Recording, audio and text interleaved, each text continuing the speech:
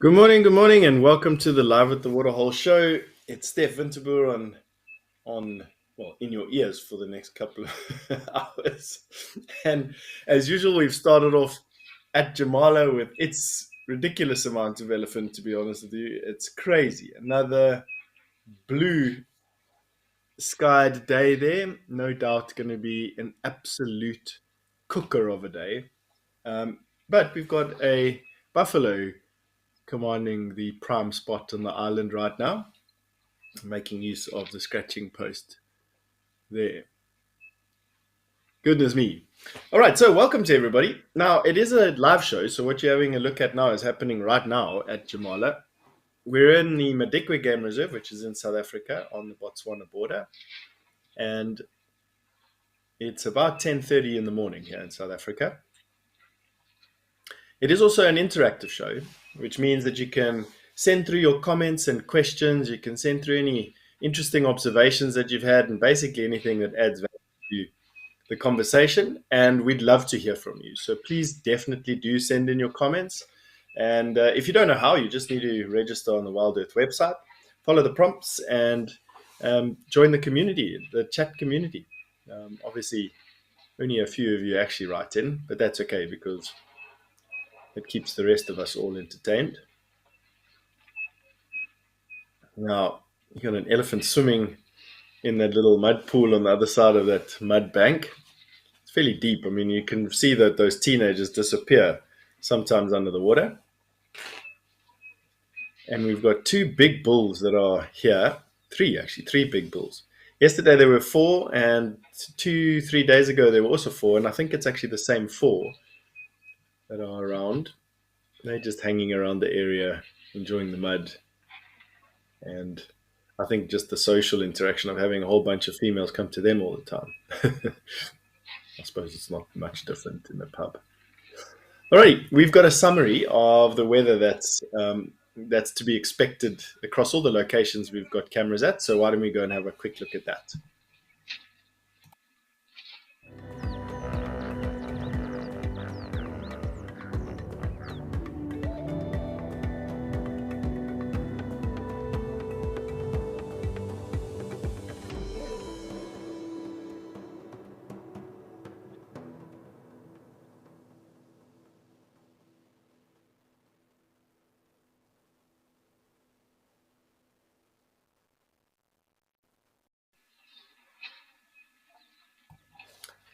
So a cooking day everywhere.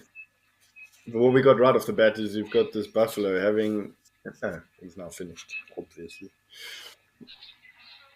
Having a good scratch on that stick. We watched an elephant bull the other day just sort of chill out with his leg resting on it. There's that tiny little elephant calf. We saw him yesterday just absolutely exhausted. All he wanted to do was have a sleep in Mom's shadow. She had obviously marched from an age away to get here. They've now come a little bit earlier today, and of course it's a little bit cooler. A little bit, not much.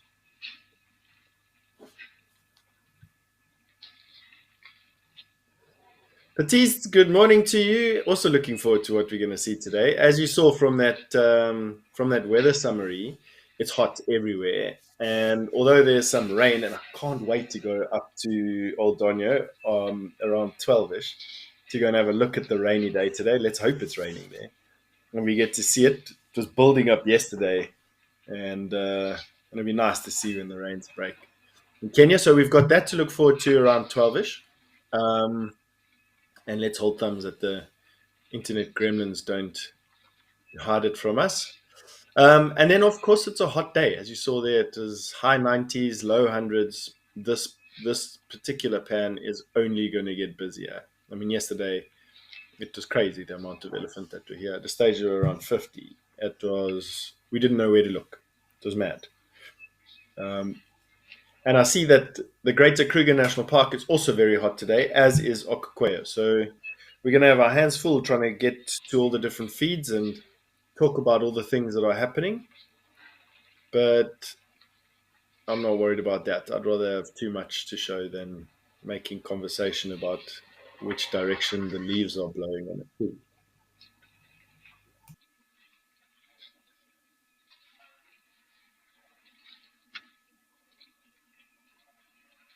So there you can see another bull coming in down the pathway. I wonder if it's the fourth one.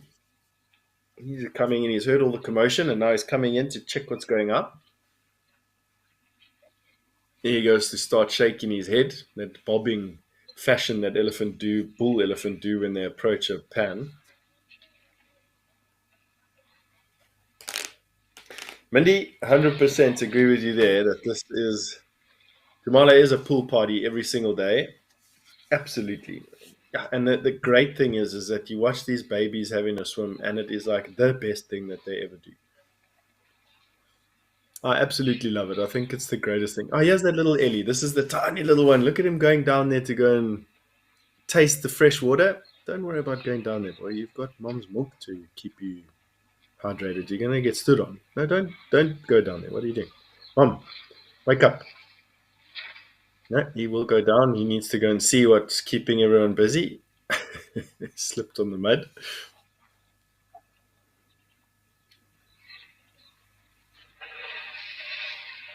Very lucky.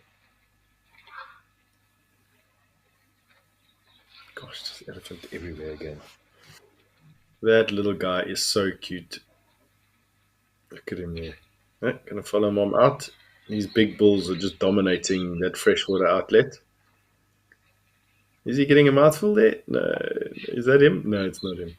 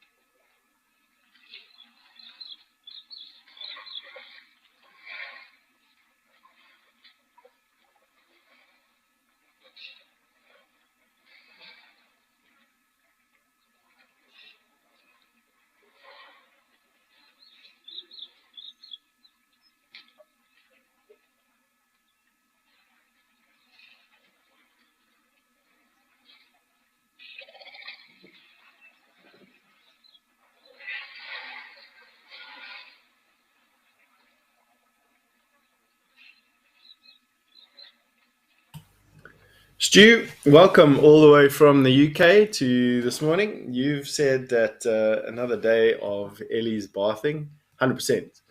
I think we're in for an entire day of elephant bathing. In fact, I don't think that I don't think that this pan is going to be empty from elephant from now until 3 o'clock when the show ends. To be honest, although let's put that to the test, right? It'd be lovely if it is. I see this little Ellie is still here. He's not going anywhere. He's now walking through the middle of the pile there. He's not a big elephant and all the hustling and bustling. Ellie's trumpeting, from what I'm told. So you can hear the frustration around these water points. Yesterday it was just a non-stop sort of squeal and screech because the time was quite deafening. Look at these guys having a swim. So amazing.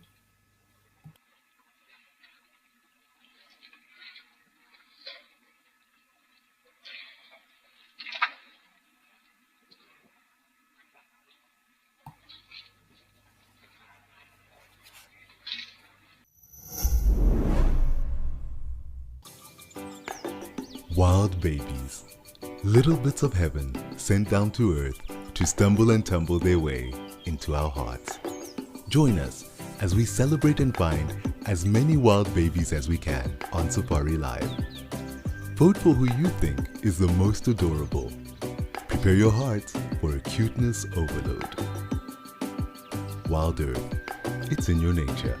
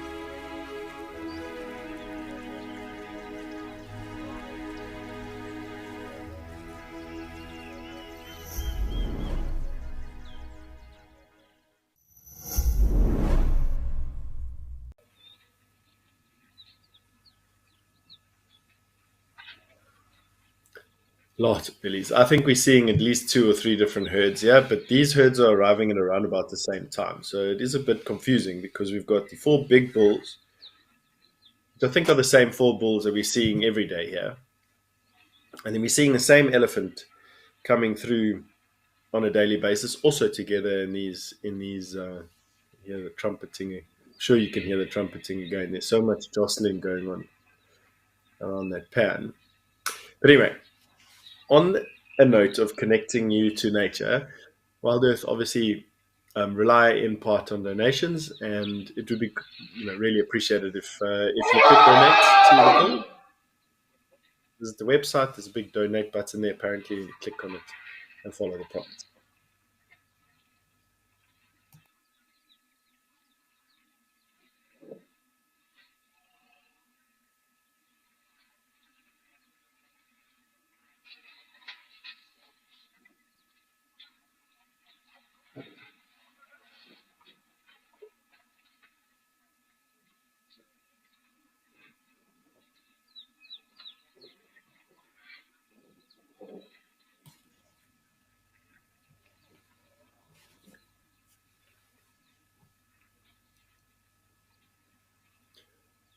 So much trumpeting going on, apparently. There goes that other little Ellie. You can see top right.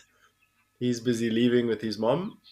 They've come in for an earlier bath and swim today, and she's going to be moving into the shade.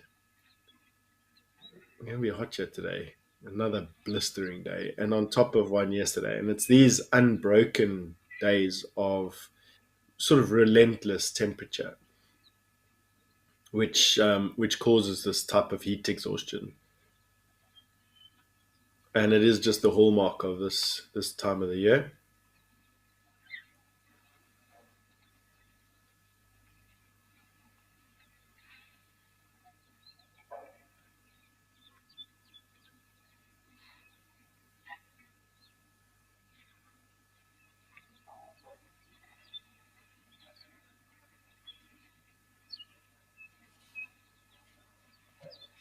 So cute to see, actually.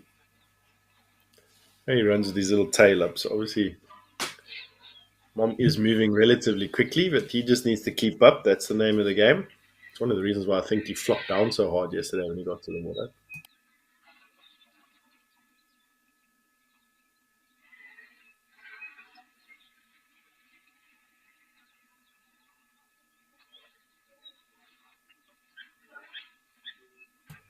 Patties, you want to know if I've ever heard or seen of a baby Ellie that's being injured in a herd? I haven't, Patties. Not that I can remember, at least anyway. They're fairly tough and they squeal when they get hurt, and the herd reacts to their sort of baby cries. And so, I mean, I think there probably is from an accident point of view, but it's not like rhino, who, for instance, will quite often bull rhino will injure calves. Um, and so you do see that, but you don't. I mean, you've seen it that I can remember at least with elephant herds. Look at this little guy scratching his leg now. This one that's left, this one in the foreground. Oh, some more bulls coming down the drag. I see that female with her calf has taken the prime place underneath the tree, which is good. There's some wrestling and some trumpeting going on, so it's quite difficult again just to pick which elephants we're going to be looking at.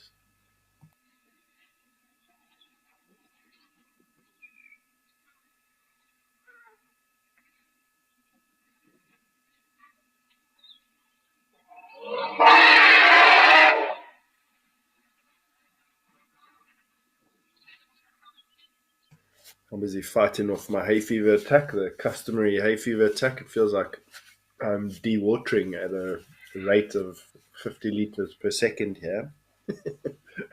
That's the most weird thing.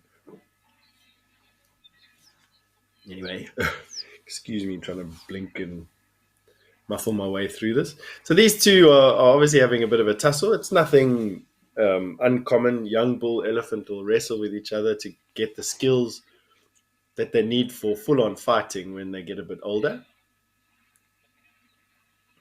And it looks like these two are just having a practice battle, shaking heads and posturing and jousting with their tusks. You can see there. That's imagine those two big elephants at full power. It is terrifying.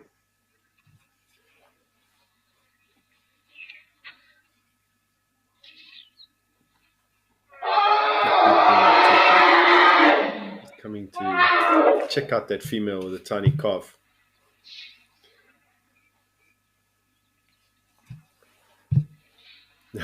There's so much noise going on, so many pictures. But let's just stick with these two little guys.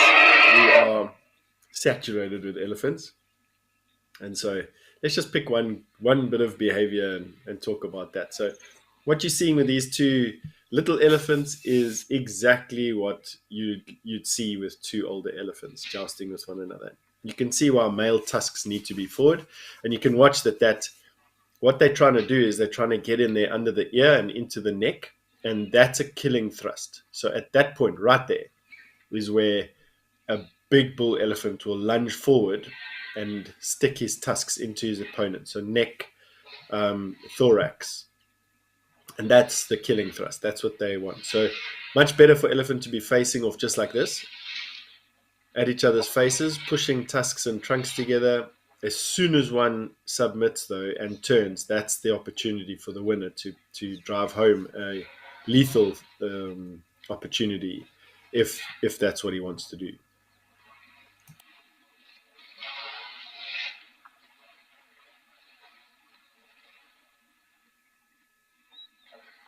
And often you see elephants with puncture wounds in their butts, just like this. So the loser would turn and not necessarily get a thrust to the throat, but as he turns, the other one would thrust into the back and the legs of the opponent, and you often see them. But we've lost the sort of range to bend the camera down anymore on these, so that's the last we're going to see of that little tussle for a while. But it's okay, we've got so much other stuff to go and have a look at. We got this little one, this tiny Ellie, still in the foreground here. He's still in the thick of things there with Mom. She's obviously waiting her turn to get some of the fresh water, in spite of that big bull being there. Now another one coming. And that tree there in the background, oh no, don't worry about it. I thought that elephant was having a full-on scratch there, but he was, but it was very short-lived. So those wildebeest have had their drink, and now they're just hanging around on the edge of the pan. Seems to have calmed down a little bit. Yeah, at the freshwater. No, this big bull's going to come in here now and muscle everyone out of the way. Watch out. Probably going to be another round of trumpeting. Oh, get out the way, little one.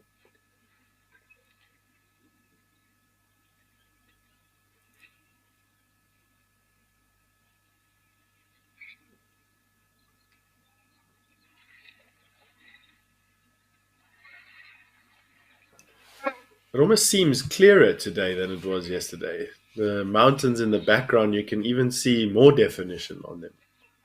It's unbelievable. Here comes our first zebra of the morning.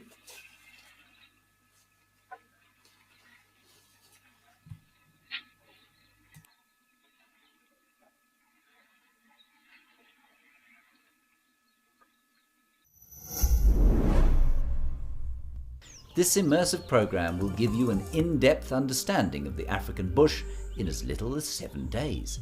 You'll be guided by expert trainers who will lead you through the various ecosystems of Africa and teach you essential bush skills. Join Eco Training's 7 or 14-day EcoQuest course and you will receive 500 Rand off whether you sign up locally or internationally using this promo code. Further your journey as a true bush enthusiast today.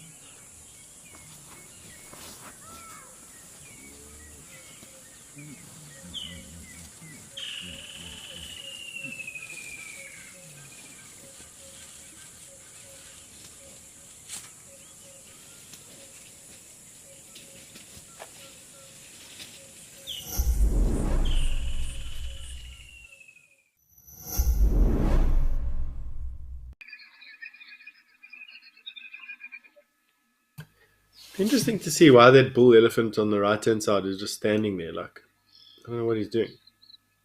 He's been there now for quite some time. These impala are not wasting time to come and drink. They're coming down that game path in their dozens.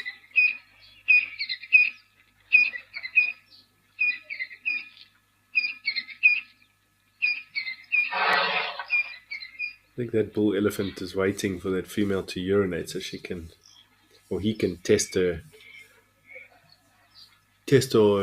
where she is in her cycle.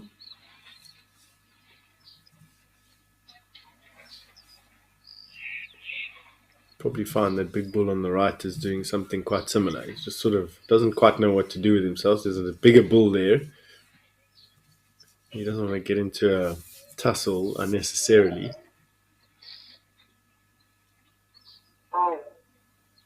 Let's see what he decides.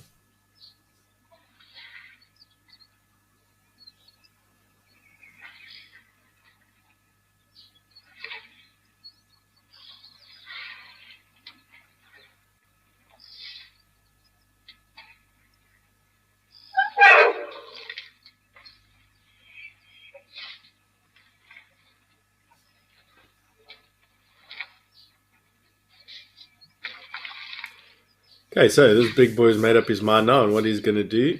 No doubt that he's going to cause some reaction with that big bull standing with the herd. Let's just see, they'll probably face off at one another. No.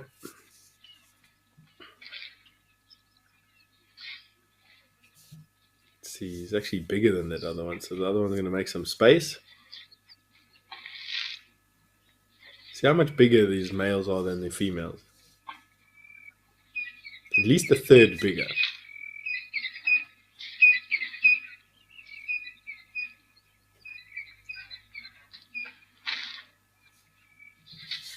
Gosh, Daniela, you asked an interesting question now. Why do elephants have such wrinkly skin? I actually don't know. But it would be a good thing to debate out why, I suppose. So, I mean, generally speaking, when an animal has excess skin, it's because they have a tendency to, I can't remember the term now, when you gulp down food, bolt, because they bolt food. So when a resource is ultra limited, or you're at risk of losing either the resource or putting yourself at some danger, while you're feeding, animals have developed the ability to bolt. So for instance, monkeys have cheek pouches, and they fill and stuff their faces with food and then run away and go and chew it later. Lion and leopard and cheetah and hyena all have these excess skin on their bodies because they can actually eat a massive amount of, like I've read a report saying a quarter of their body weight in a sitting, quickly getting it down and then leaving the carcass so that, they're not at risk of getting injured if their food gets stolen. But elephants don't have any of that story, and so having wrinkles on their skin is like what? They don't need to camouflage and hide themselves. I mean, they're the biggest things out here. I don't actually know. Good question. What do you think, Daniela?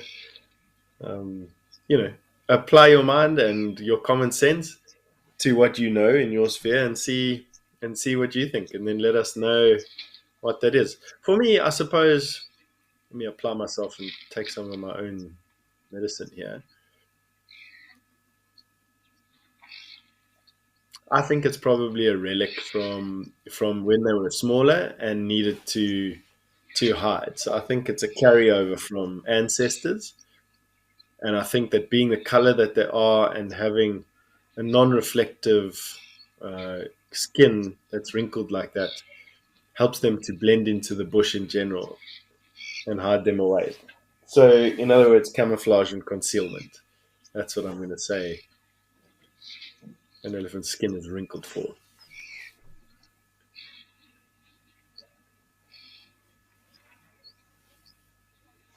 Oh, Wally's given a great hypothesis. He says that the wrinkles actually hold mud and keeps them cooler for longer. That's a great suggestion there, Wally. So what you're saying is that the wrinkles hold mud, which is then away from the sun and closed and stay cool and wet and moist for longer, allowing their skins to stay cooler. Great. So, in other words, thermoregulation. So, mine was camouflage and concealment. Wally's is thermoregulation. What's yours, Daniela? Let's see. See if there's any more. Such a great thing with all of you out there. This community is so wonderful. I have a lot of gratitude for all of you. Interesting, these Ellies, what they're doing here. Now everything's in a static mode. All just standing there while I don't even know what's happening. No one's showering anymore. No one's bathing. It seems like there's some order here at the pipe. I haven't seen that little Ellie, that tiny one, in quite some time. I'm assuming that he's still in there.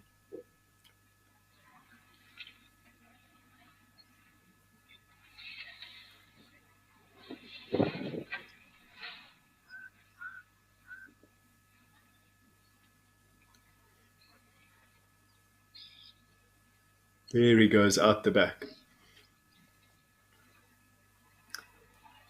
Alrighty, but while we give this whole scene time to reset and do something else, we have got other cameras around. So let's go and have a look at Okokwe.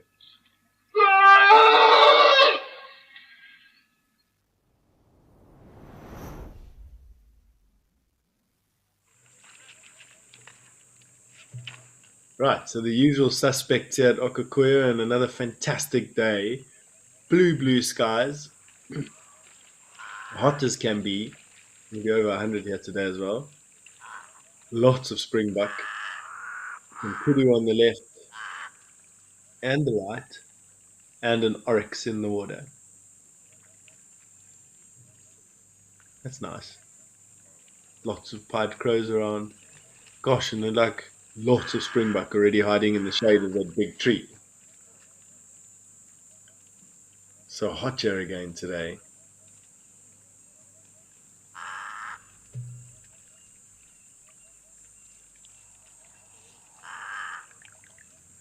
Springbuck already chest deep in the water there. That's the place to be.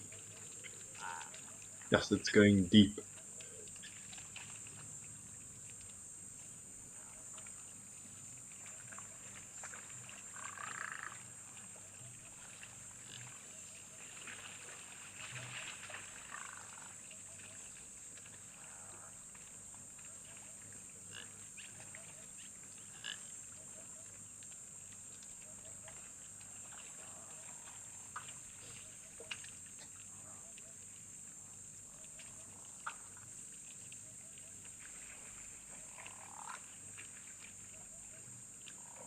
More springbuck and more kudu coming in from the left.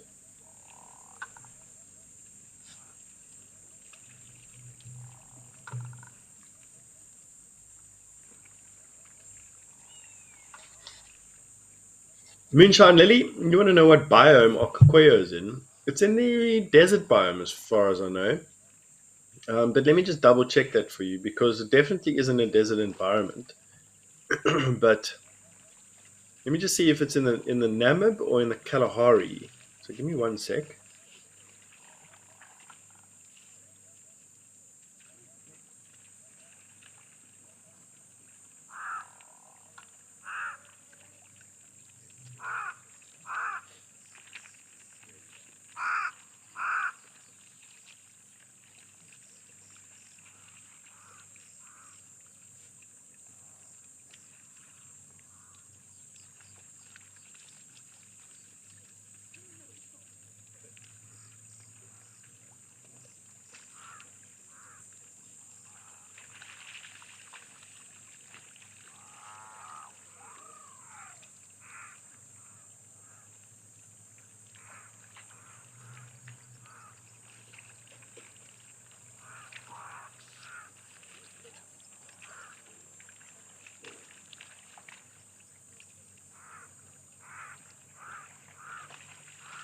Right, and so we live to learn, right? So here we go. This image from ResearchGate. It's a map produced by the University of Cologne, and it says here that the area around Etosha is in a tree and shrub savanna, actually not in any of the deserts. So the Namib Desert does occur here, but it's mainly limited out to the coastline areas. And then you've got succulent karoo and Nama karoo, but they occur further south, much further south. So Etosha sits firmly in a savanna biome. Gosh, and I wouldn't have said that. So that would explain the rainfall that we have. Yeah. And that is very interesting. Gosh, what a great thing to learn, all these new things. Huh? So yeah, I've been sprouting out the whole time that it's in the desert, but it isn't actually, it's in the savanna. And by biomes, it means a specific set of conditions that need to be met. So it's altitude and rainfall and a whole bunch of other things. Tree cover, types of grasses. I'll see if I can find exactly what a tree and shrub savanna is.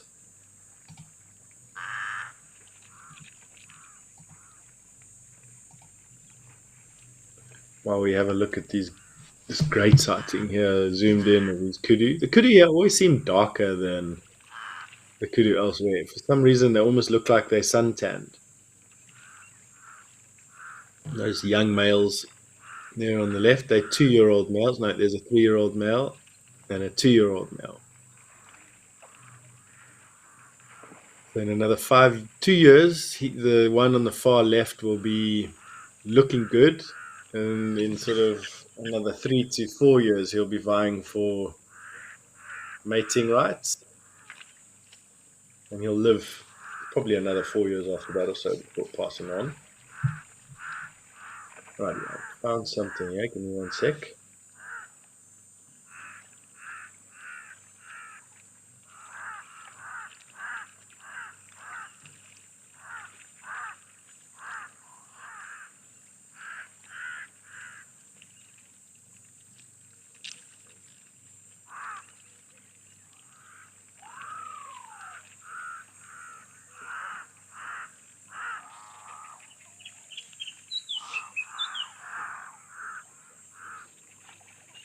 So, firstly, let me give you the definition from the Namibian Botanical Society on a biome. So, a biome is a broad ecological unit defined by its geography, climate, and soils. Although the plant and animal species differ from one part of the world to another, biomes share similar ecological processes no matter where they are. Africa has 13 biomes, of which 5 are represented in Namibia. The larger biomes in Namibia are divided into 28 vegetation types, each with its characteristic biota. So where we are now at Okweyo, sort of center of the salt pan, it definitely sits, well, according to this one, tree and shrubs, also tree and shrub savanna. So definitely tree and shrub savanna.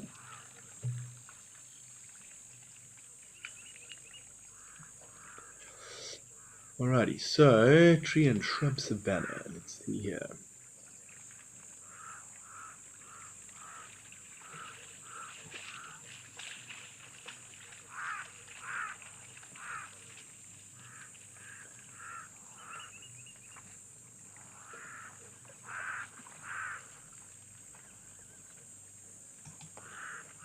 Starbuck, you want to know what conditions make a tundra? There's also quite a lot of there's a definition around that. We don't have any tundra in South Africa because we don't sit far enough south. As far as I know, tundra is only readily available in the northern hemisphere, on the fringes or just outside of the Arctic Circle. Gosh, look at all those oryx coming in at the back there. Goodness. And that female second from the back, she had the massive curving horns. So long, in fact, that they started to bend. I was going to make a joke, like so long that gravity's had a chance to have an effect on their growth, but I think that they're just curvy horns. You'll see when she comes out of that thicket there in the background. She was second there. She's just coming out of the thicket now. The one that is exiting now. It's got the curviest horns, like massively long horns. We'll see her better when she comes closer. While we wait for her, though, and I'll answer your question about tundra in a second, but while we wait for that, so the tree and shrub savanna is divided into 17 of the 28 vegetation zones. Rainfall increases west to northeast. 400 millimeters of rainfall divides the biome into the southwestern acacia tree and shrub and the broadleaf tree and shrub savanna. Low endemism, high diversity in the northeast.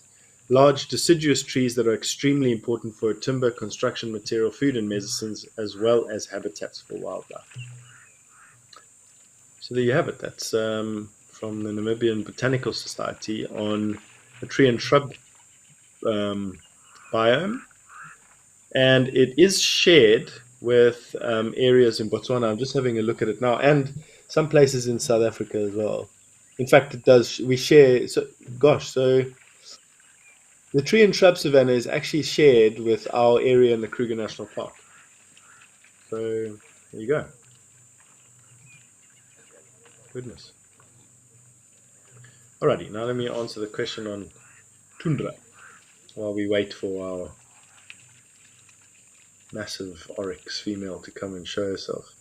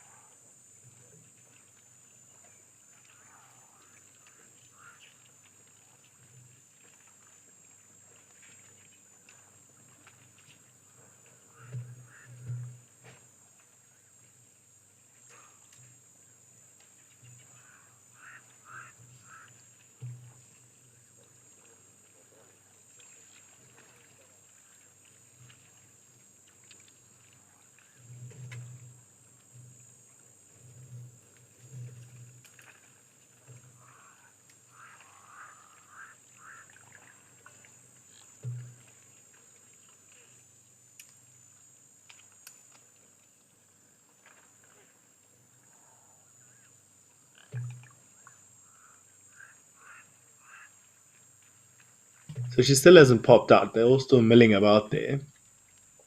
But here we go on the definition of a tundra. This I get from the University of California, Berkeley. Tundra is the coldest of all the biomes.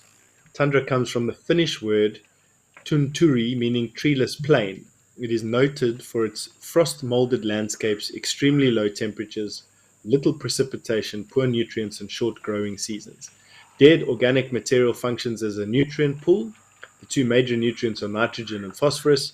Nitrogen is created by biological fixation, and phosphorus is created by precipitation. The characteristics are cold climates, low biotic diversity, simple vegetation structure, limitation of drainage, short season of growth and reproduction, energy and nutrients in the form of dead organic material, and large population oscillations.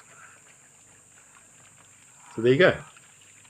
We don't find any of that in South Africa or in the Southern Hemisphere, it seems. So these zebra managed to beat the oryx to the water.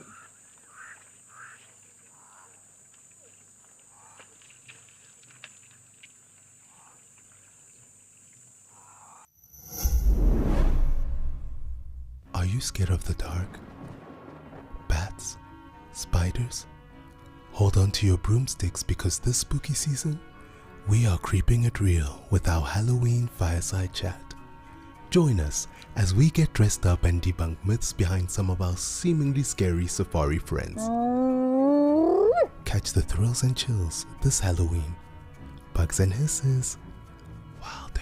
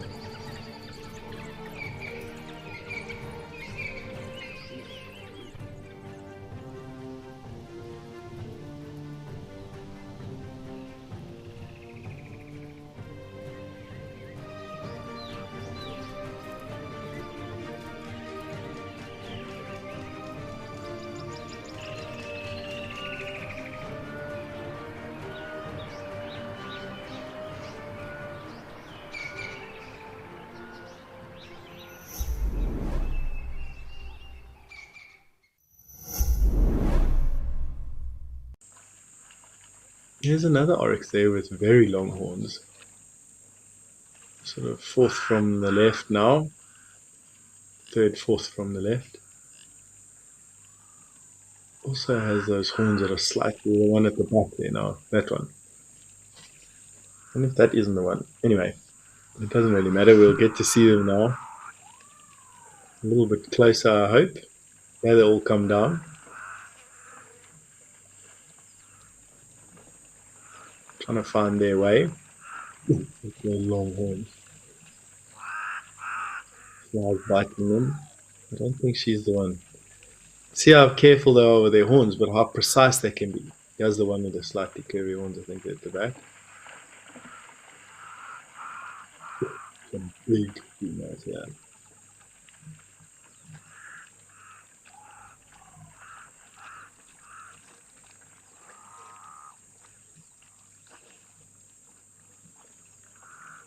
Making the zebra feel a little bit uncomfortable.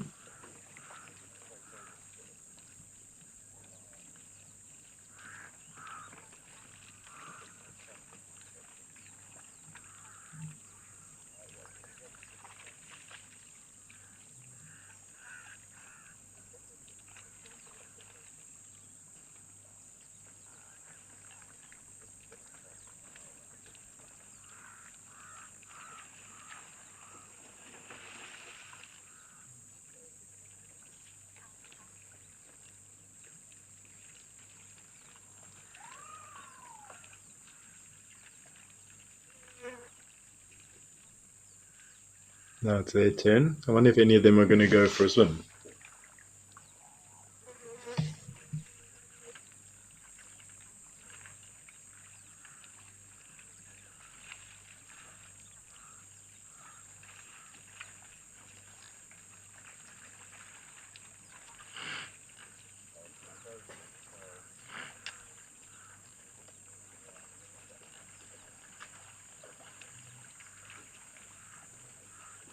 Picasso, morning. You'd like to know if the springbuck are as comfortable in hot weather as they are in cooler weather.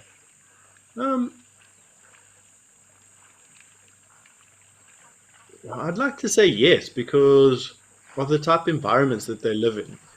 You get them in the Karoo here, where they're the predominant antelope that you see in Sutherland, which is the coldest place in South Africa, and they seem to do fine. They got that black stripe down their sides, the ability to shed heat and retain water. Where's that female with the bent one? We're just getting into the water. So I would say yes. I would say that they are adapted to both. They're adapted to this desert environment. So as you know now, it's not a desert; it's a savanna biome, where temperature fluctuations are extreme, both on the hot side and the cold side, and fluctuations between day and night temperatures are also extreme, and they tend to do quite well here. So I think that yes. I would agree that they are as comfortable in hot weather as they are in cold weather. Although the use of comfortable is in inverted commas, obviously.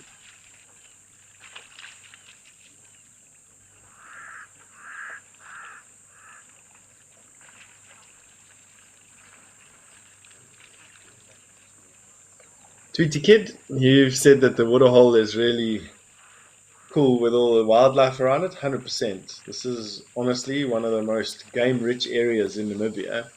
To see animals like you've never seen before at these waterholes. And this isn't the only waterhole in Etosha. They've got these springs on the edges, these like salty springs that pop up on the edge of the salt pan. Tiny, relatively small. Obviously, the animals keep them open, like we see the elephant doing in Etosha, in Jamala and at Tau. But the animals cluster around there, and I've got in my diaries from visiting this place that you can see 10 to 12 different species of animals around the waterholes this time of the year, and every 25 minutes the mix of whatever is there changes. I mean, and that is an incredible diversity around waterholes. You don't see that. I mean, you've been watching these cameras, or some of you have been watching these cameras for a long time already. And to find 12 different species around a waterhole is tough. But you get that here. So I 100% agree with you. What's this oryx doing? Just deciding that a swim is the best thing. Come on, you can go deeper if you want to go for a swim. Don't think this oryx has ever seen water like this. What's happening? Why is there a disturbance? Something has come on the left-hand side. Wouldn't be surprised if it's that big herd of elephant. Although they disappeared top right yesterday. Oh, why are all the animals moving away from the left?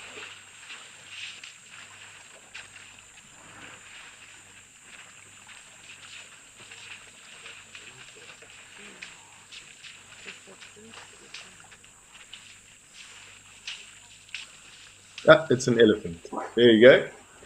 Question answered. Gosh, they can provide some disturbance. Look at how there's not a single animal left on this side. Oh, there's more elephant, that's why. What is that herd? Okay, cool.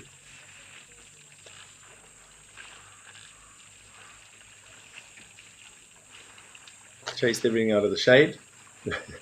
Probably because they were in such a haste to get. You can see how thirsty they are. Not even cooling themselves down first, straight for a drink.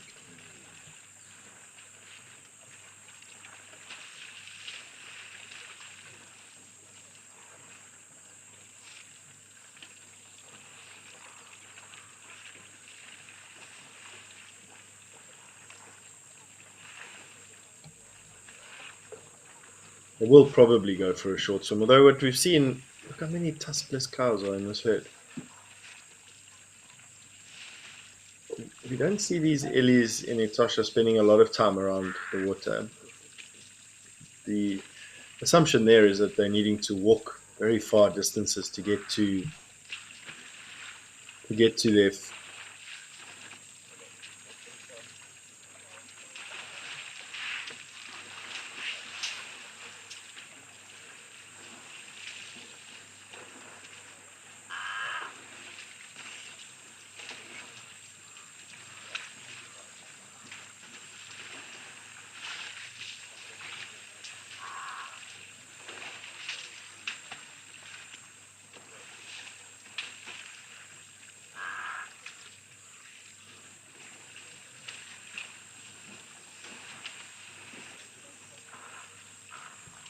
Gosh, I was on mute there for a while speaking to myself. So these Ellies came straight in for a drink. They didn't cool themselves down at all. And you can see there now there's one there at the back starting to kick the water around a little bit, but not one of them cooled themselves down in spite of it being mid-30s already. They will now. I'm assuming now that they'll.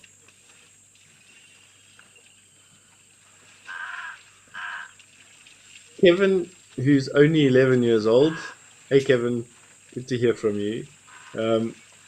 All the way from Chesterfield as well. You saying that you wish you could be an elephant living there? Gosh, Kevin. I don't know. You need to come and visit Etosha and then make up your mind. It's a hot place in the summertime and super chilly in the winter.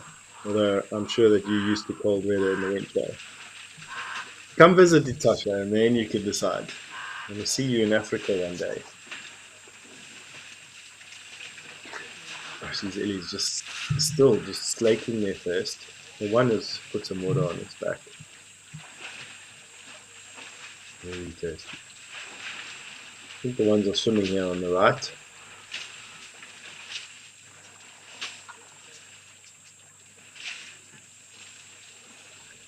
Jessica, your two favorite species being springbuck and oryx. I can't argue with you there, Jessica. I also love oryx. I fell in love with oryx in the Central Kalahari National Park in Botswana. I went there after reading a book. Well, I went there with some friends, and the reason why we went there was a book by Mark and Delia Owens called Cry the Kalahari. And if you ever get a chance to read that book, Jessica, you should read that book, Cry the Kalahari. And if you're lucky enough to travel one day, and you can get to the central Kalahari to where Mark and Delia had their camp at Deception Pan, you should definitely go and do that. It is a surreal place. And there you will see lots of oryx and springbuck.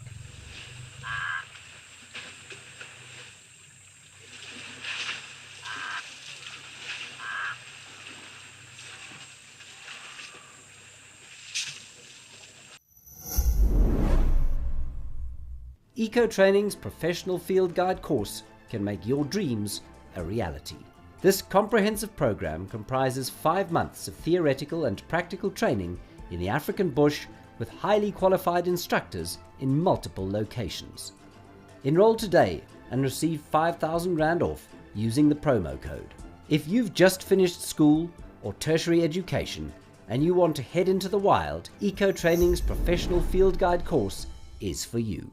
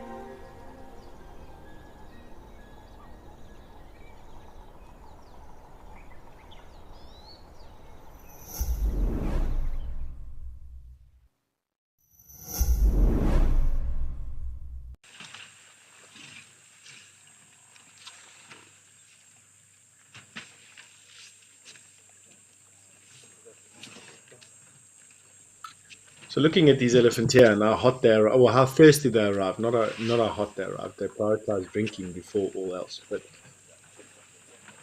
considering how hot it does get here, I found the average temperature the average climate for Etosha. While we're watching this elephant have a proper sand bath. Yeah, let me read that to you, or at least what I can find.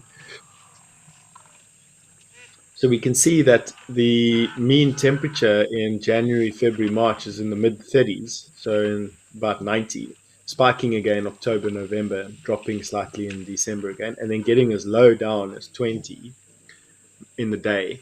Evenings it goes down to about 0, so about 30 degrees in June, July. Rainfall, we can go as much as 100 mils in January and February. March, so January, February, March, highest rainfall months, picking up a little bit in the end of November, end of October, and then November, December starting to increase. So there you go. That is the hot place.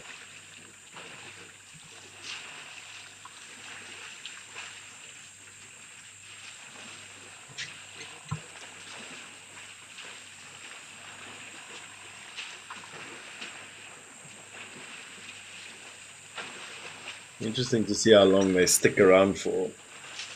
So Usually the matriarch has a drink, cools down, and poof, off they go. They don't spend a lot of time here. And I can see that those ellies on the far side are already jostling about. Let's see how many minutes. I think in less than 10 minutes they're going to be gone.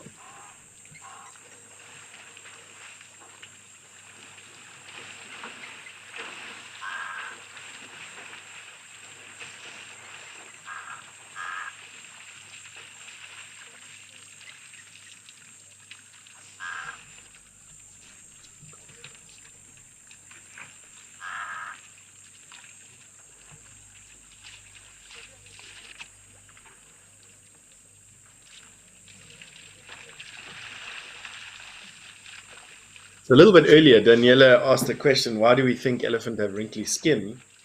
I said it was for camouflage and concealment. Wally also said it was thermoregulation, that the mud that they spray on themselves sits in the cracks and stays wet for longer, keeping their skin cooler. And then we asked Daniela to give a response, and Daniela says she also thinks it's for camouflage and concealment because if you look at the bushes in the background, it's also wrinkly and dark and grey. And so there's 2 votes so far for camouflage and concealment, 1 vote for thermoregulation.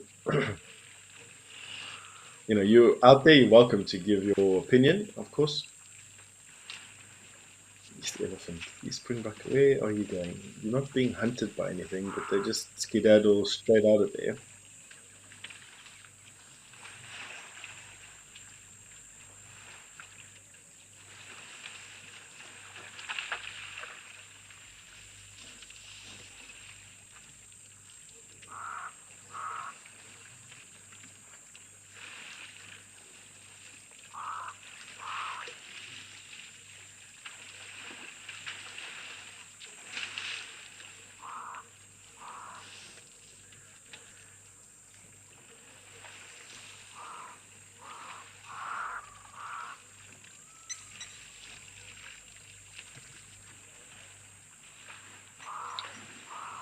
But why don't we go and have a look at Jamala and go and see what those ellies are up to right now.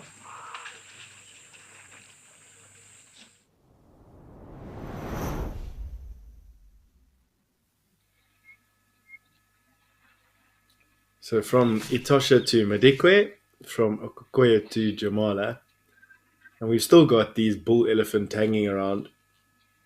Looks like we've got 3, plus a selection of herds. See that elephant on the far side looks like he's heading off to his tree to go and spend some time there. These 2 at the water are still here. There's that tiny little baby. So she's still around as well with her little one. And then we've got one lazing about in this mud puddle, which is pretty cool. Shame, look at this youngster still trying to scratch on his mom. You think he's going to pick up some sand and give himself a bit of a bath. Where they're standing is an epic sand pit. So maybe we're lucky today and we see the baby have a bit of a sand bath. There he goes. So cute, man.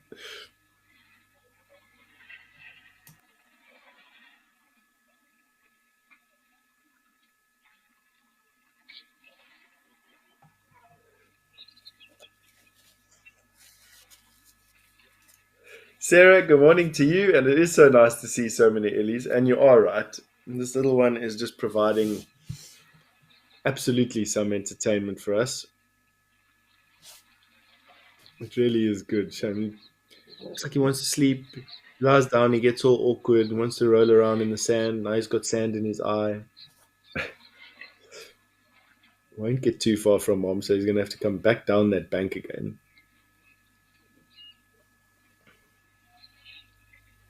See if he slips. Ooh, ooh, careful, careful. This is one having this mud bath here. It just looks like the best thing.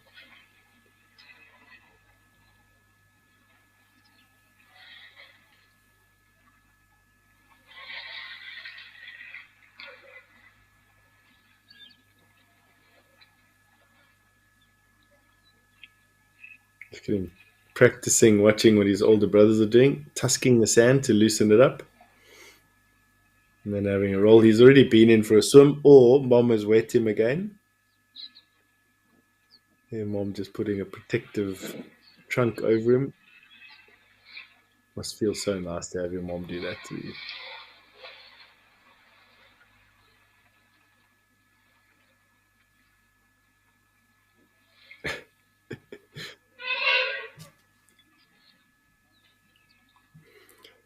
For some reason, watching the back legs of an elephant always reminds me of my great grandfather.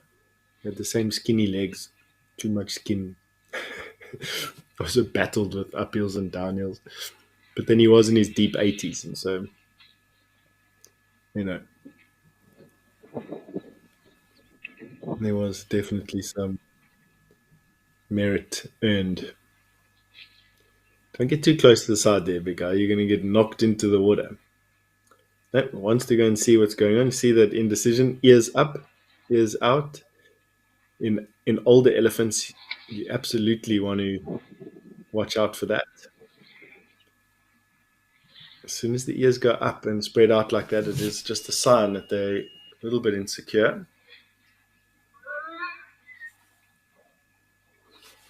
It's probably Granny, that the matriarch of this particular herd. Here's mom, don't worry. She's greeting that male.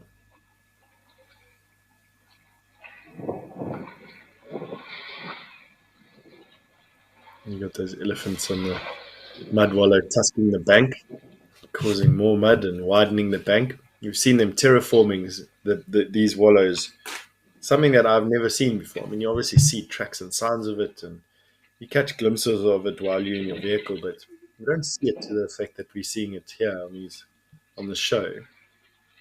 And it's just so nice to see like how they actually do it and why and for how long. Amazing.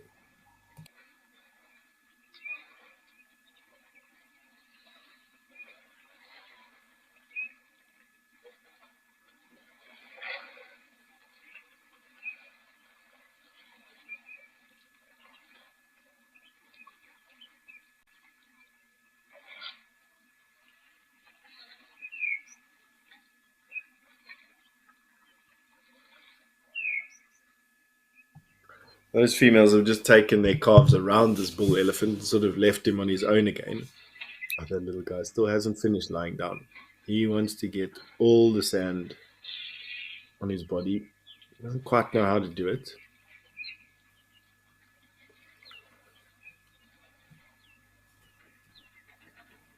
Other kids are playing in the mud.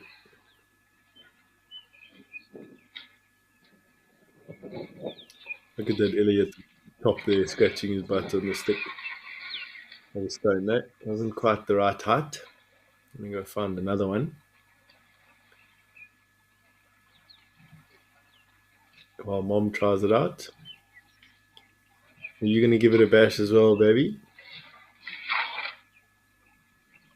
Yeah, the cousin has found a much better stick there, at the right height to scratch the neck and under the ear. Mom scratching her foot on the rock.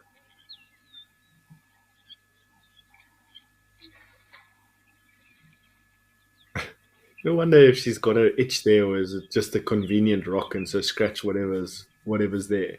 If there's a real itchy there.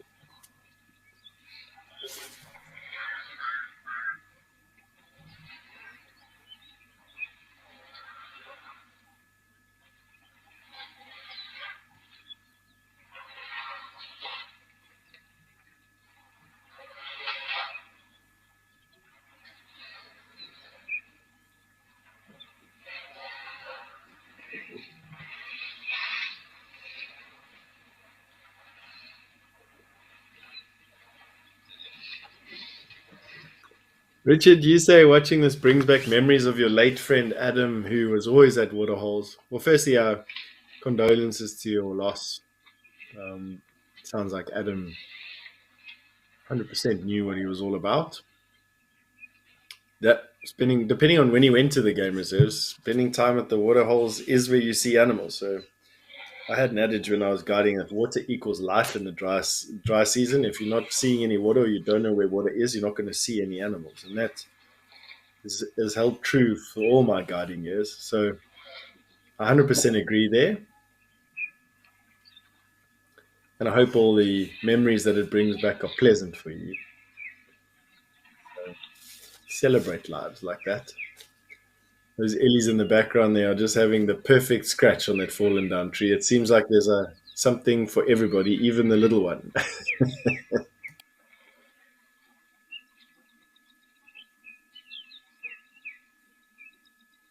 Look at that one scratching his butt there.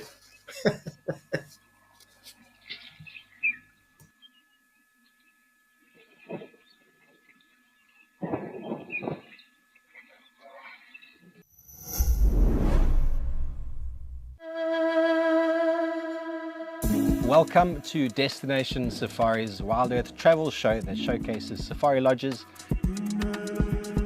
On today's episode, we are exploring Amakala's Bush Lodge. This is a luxury 5-star bush tented camp. Luxury suites look onto an open wildlife watering hole.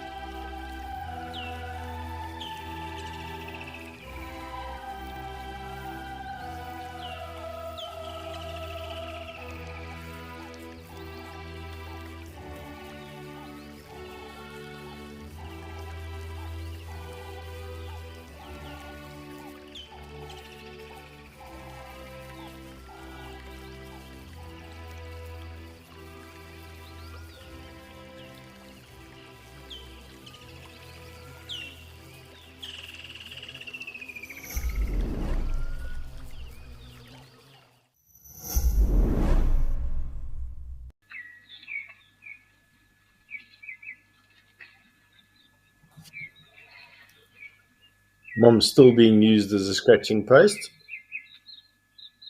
for the brother. Up on the right hand side of the screen, and then this elephant that's been lying against the bank under the water here, been lying dead still for a while.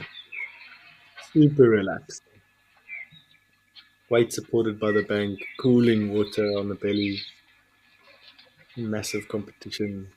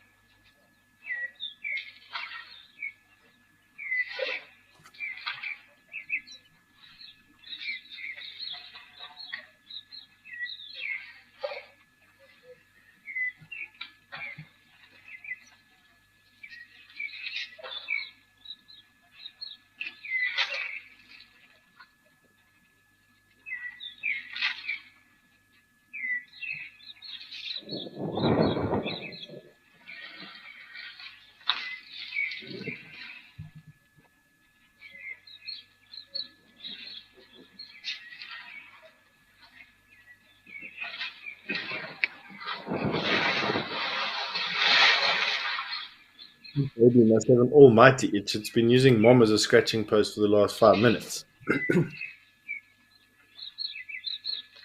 Mom just smelling everything around that stump. These are the ones that have been having a swim here. Also, just really just enjoying it. No competition.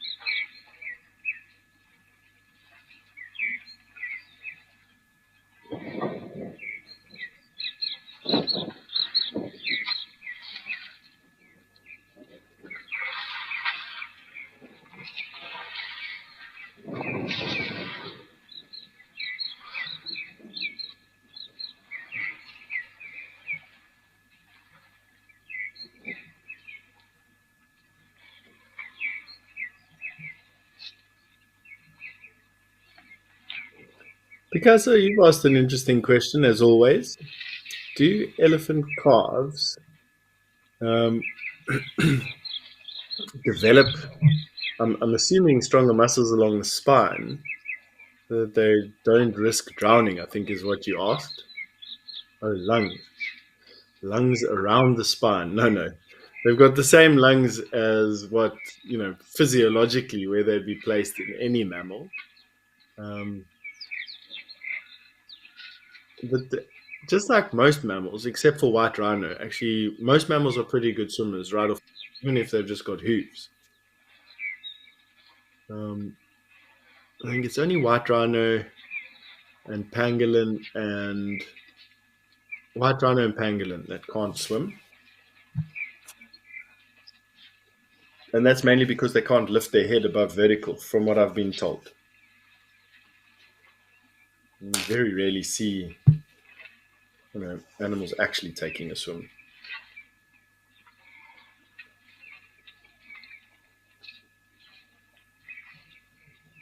Apart from the elephants here at Jamala, actually, they swim all the time. And the springbuck and the oryx at Okaquea.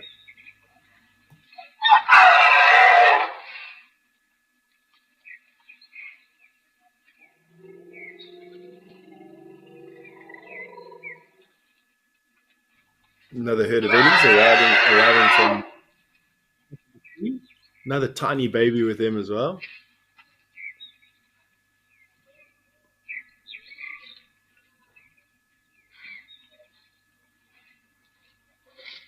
There's a friend for this other small one to play with. They're probably going to be swimming at that beach on the top there pretty soon.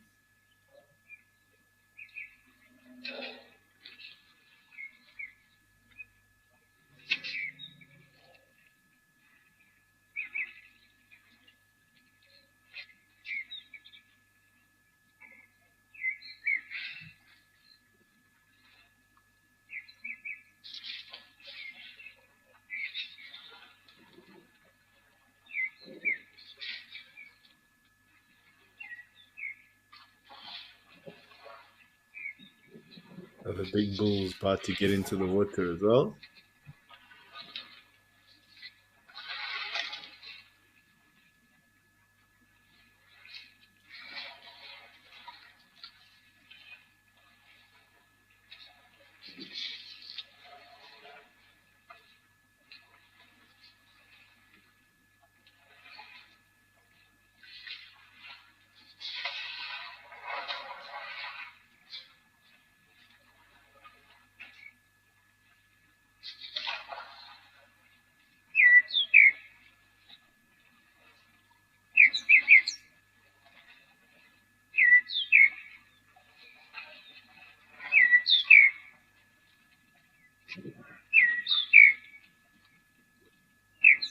That scratching post at the top there just been the place to be for the last couple of minutes.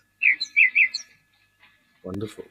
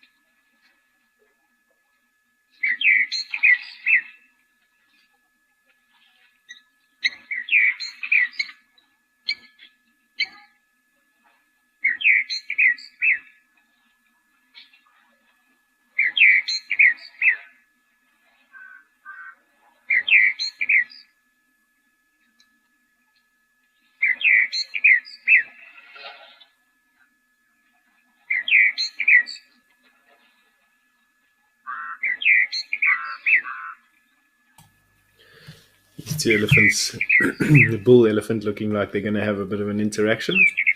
It's never really dramatic. It's more subtle. But what we have been seeing is that there are subtle nuances to their communication. And often when we think one might defer to the other, they don't for some or other reason. Like now, why are they both backing off?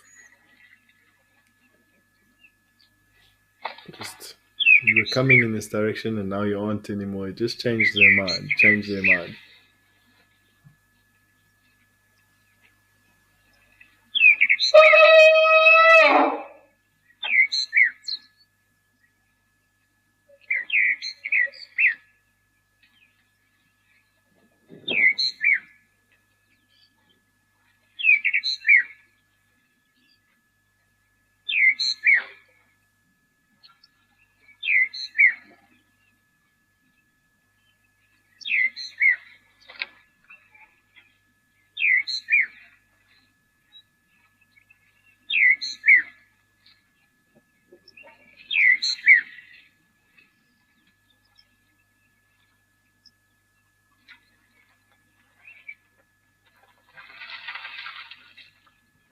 Who knows? Maybe one day when we've been looking at these elephants for 20 years, we'll know more about their behavior.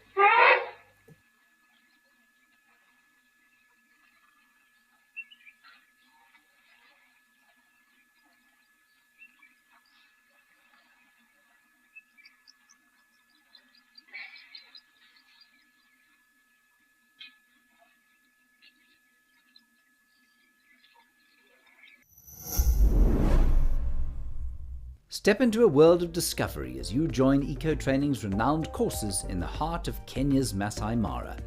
These courses are the perfect way to gain a deep understanding of the African bush, even if you have limited time. Don't miss out on this incredible opportunity to experience the wild in a meaningful and life-changing way. Enroll today and embark on a transformative journey with Eco Training in Kenya's Masai Mara, the leading force in conservation education.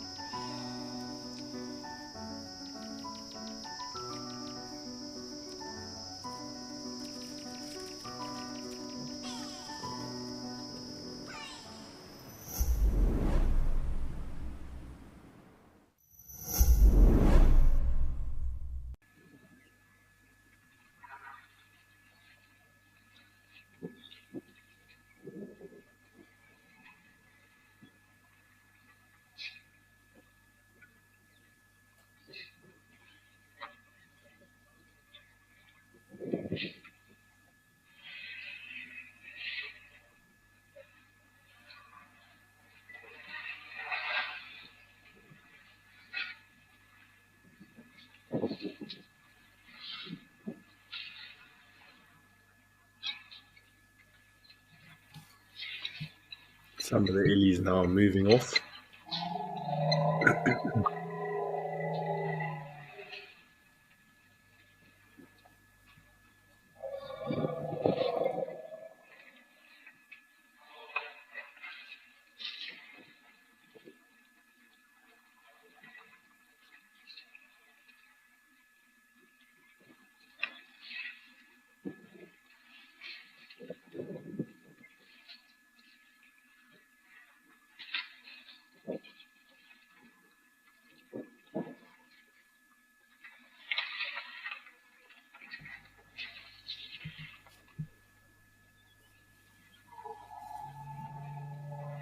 There you go. Just like that. Matriarch decides, all right, that's it for the swim and the social and the scratch and the bath. Off we go until tomorrow. Leaving these two youngsters just to have their wrestling match here. Now, in a couple of minutes, we're going to be joined by the host of Africam cameras that we have around the place. So, Africam have got cameras all over Southern Africa and Zimbabwe, well, all over Southern Africa, and then even one in East Africa in Kenya. And they join us at 12 o'clock, which is in a couple of minutes. We're going to be playing a short intro to that, and then we'll be opening up at one of their cameras after that. So we will be leaving Jamala for a bit, but we'll come back because, as we've seen, Jamala is where the elephants are. Definitely 100% been spoilt over the last couple of days and probably weeks.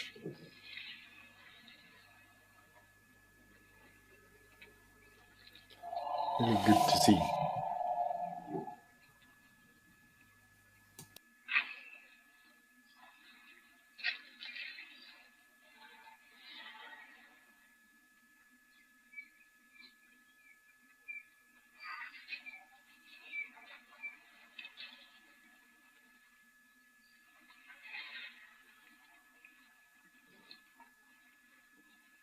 I, for one, can't wait to see what's happening in Old Donya. Apparently, there's rain there today, so we've got some clouds.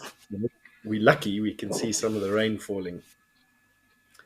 If you haven't got any technical difficulties there, of course. And then there's a whole lot of other cameras that we can have a look at as well. Also, haven't been to in quite some time. Olifants River, Tembe National Park, or Tembe Elephant Reserve. It's goodie.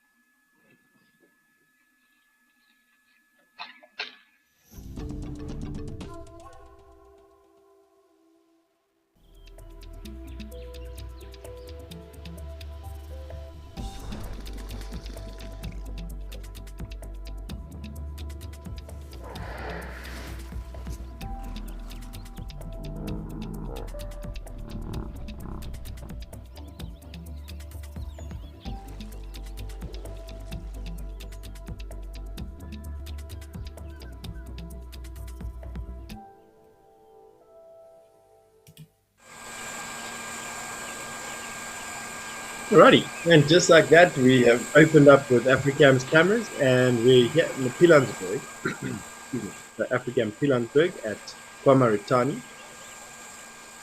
This is a great waterhole because it's, and I keep on mentioning it, but it is really something to see where we've got all this cover right up to the water, and that allows for any number of animals to sneak up and come through. You can see an elephant there in the distance. Not just this one that's in the water, there's another one there you can see coming through the grass cover. Another one on the right hand side, far right hand side. And Daniela, that goes to prove about your camouflage and concealment about the skins of the elephant. Doesn't quite disprove Wally's theory about it also being a thermoregulation device or adaptation. These look to be like a couple of bulls. Hard to say. Definitely those two on the left are bulls. One's hidden in view on the right hand side. Not too sure what they are, but looks like everyone's been for a swim already. Just gauging from how wet the pool is.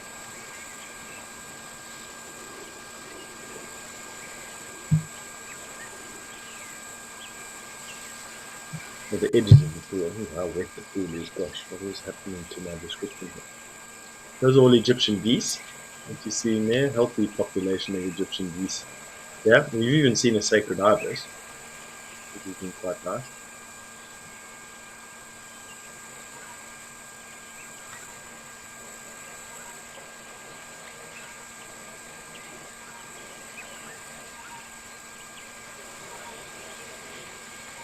Another Ellie there on the far bank, coming out of the woodwork.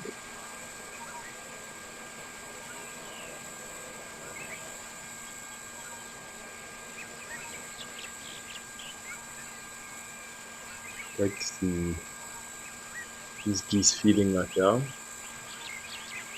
They generally feed on grass shoots and roots, but will eat a number of other vegetation types, but they just prefer grasses. And these look like a mom and dad with some babies, not quite mature yet. So monogamous pair with their offspring from last year, probably.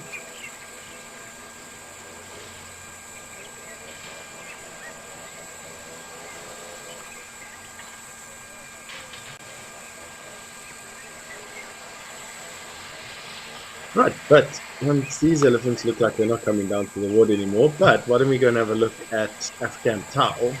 Because there's always elephants there doing something.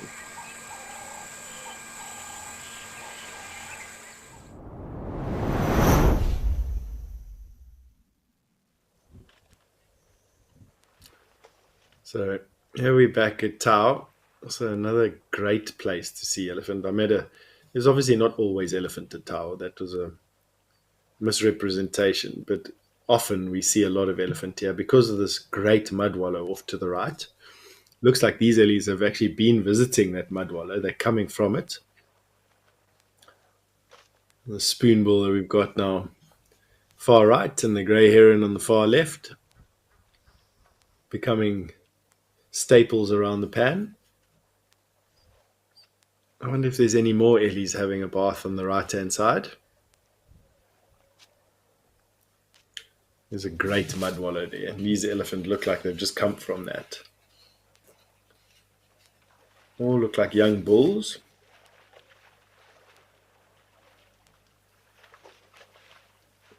Carefully down the bank.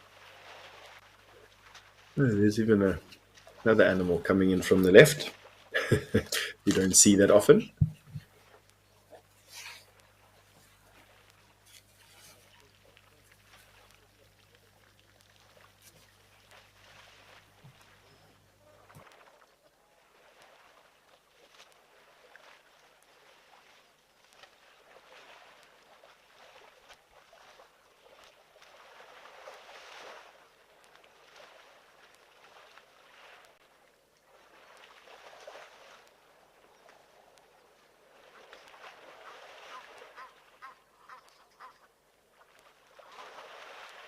Let's see, these Ellies are going to wade into the mud here and make use of the grass that we see growing here.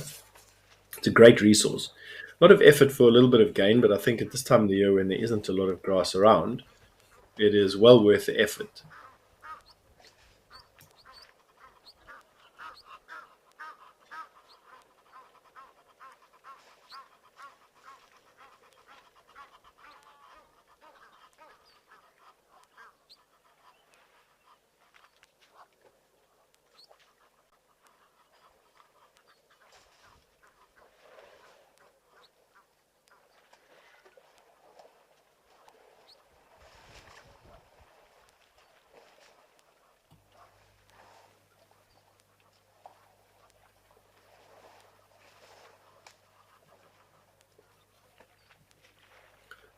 Alrighty, we're going to need to move over to Okokweyo. Why don't we go and have a look at what's happening there? We just left some elephant on that side, and maybe we're lucky and they're still hanging around.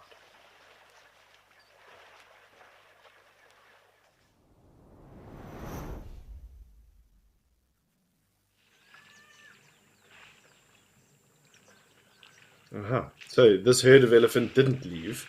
I predicted, oh, they'll be gone within 10 minutes, and half an hour later they're still here, obviously. But the springbuck have all come back. So these ellies, they created quite a stir when they arrived. Everything ran away from the trees. Now everything else is starting to calm down. I think these ellies arrived in a bit of a rush. And now that they're calming down in the shade, some of them still drinking, others having a proper rest. Lovely shape that. All the animals are coming back.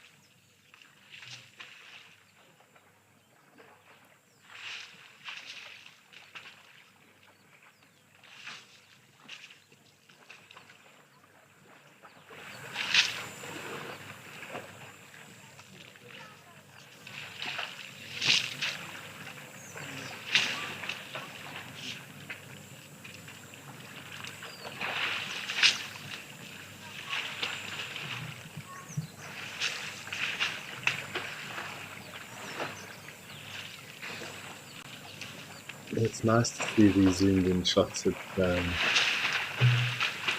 Africa. The camera's rather unsteady.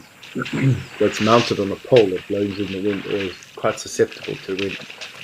And so we can only really zoom in when there's no wind, otherwise we risk the shot becoming or making you seasick with it shaking around. But today is calm and it's allowing us to zoom in, which is so good because this pan and the area around the pan is so textured. We've got different zones, nearby, middle distance, far, out wide, and everywhere you look there's always something going on. Very close to the tree there's that little baby elephant nursing, so mom just having enough of it. And then usually in the foreground, and most of the stuff on the house.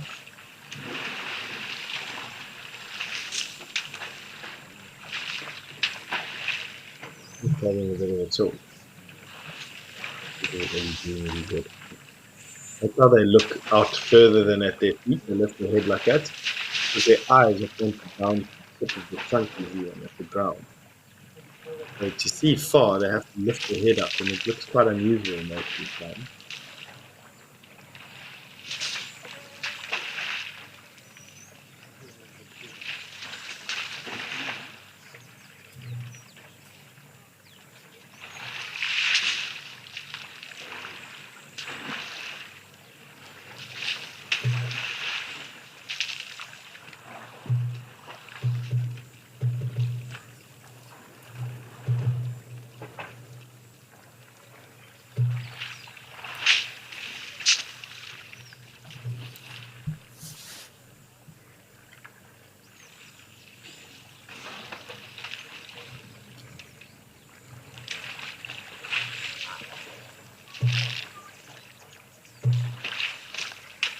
And as we've seen before, these lilies they need to, if they want to have some mud here at Okokweyo, they actually have to wade quite deep into the water and then pick up sediment from the base of the pad.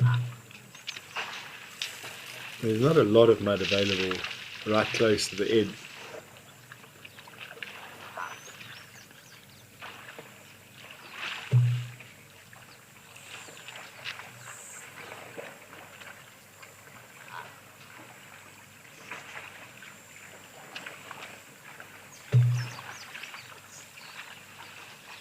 That female looks like she's got a baby, and look how broad she is just in front of her hips.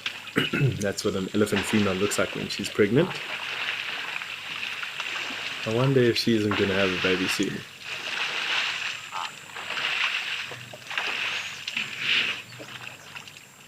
Yeah, not quite what we were thinking of. But nevertheless.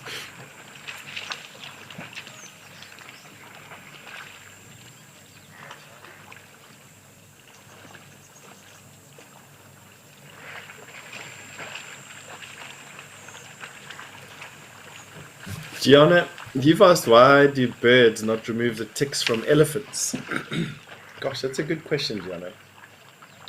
You know, as we figured out the other day, elephants, in spite of me not seeing a lot of ticks on elephants, elephants actually are infested with ticks, specifically from 2 species.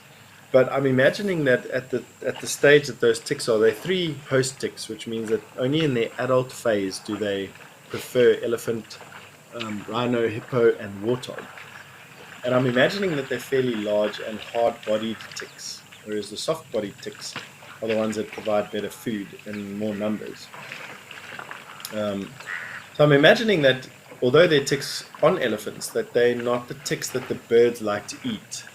Then we've also got a thing with the 2 different species of oxpecker that feed on ticks that live on animals.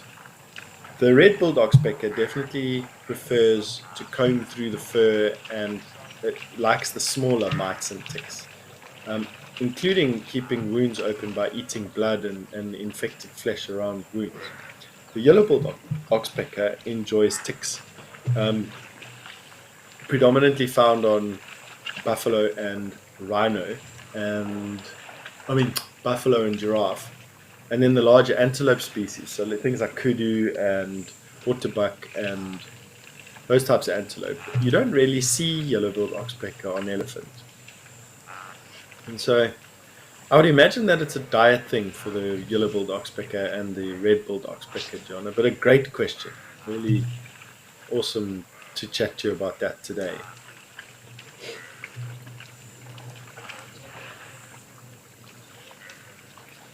Some wispy clouds coming in. You can see them there in the distance.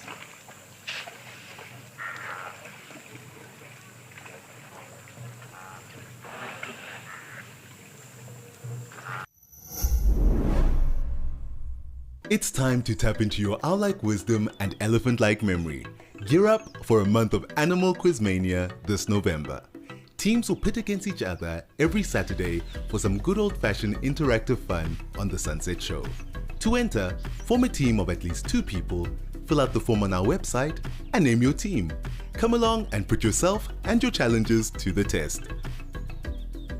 WildEarth, bringing the fun to the safari.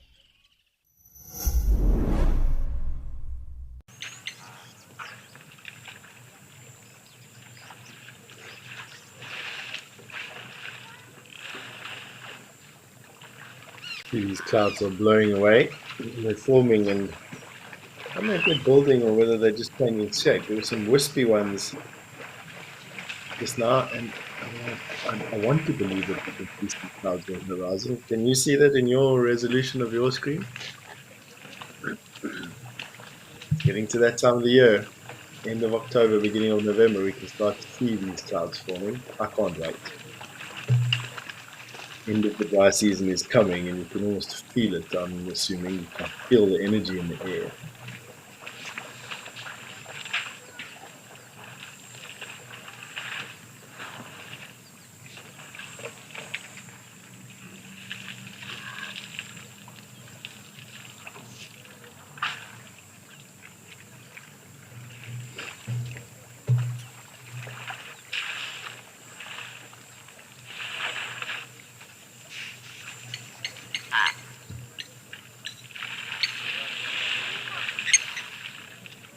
Only maybe springbuck.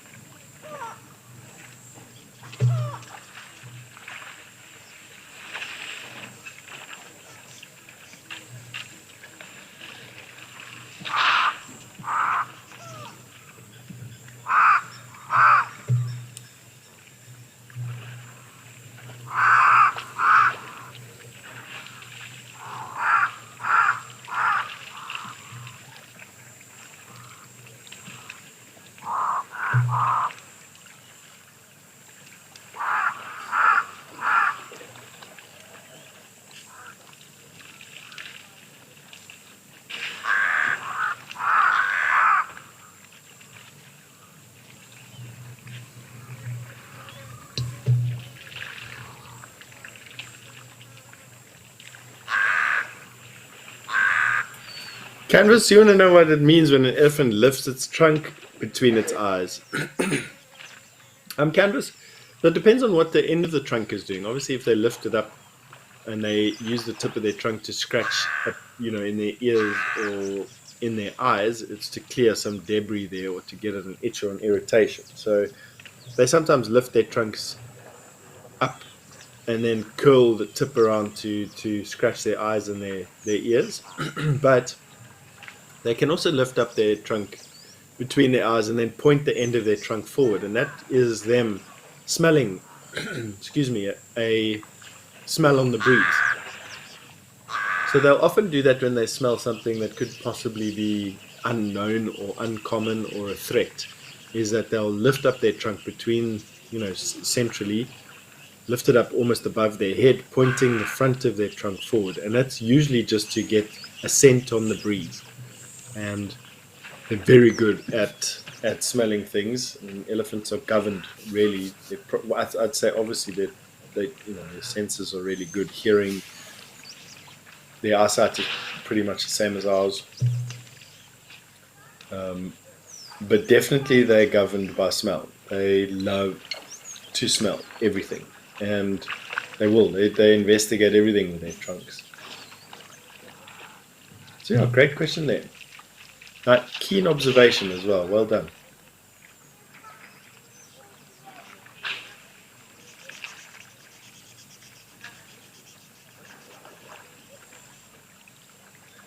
Righty, why don't we go and see what's happening up in Kenya at Old Donya, what the cloud cover's doing, what animals we've got around there.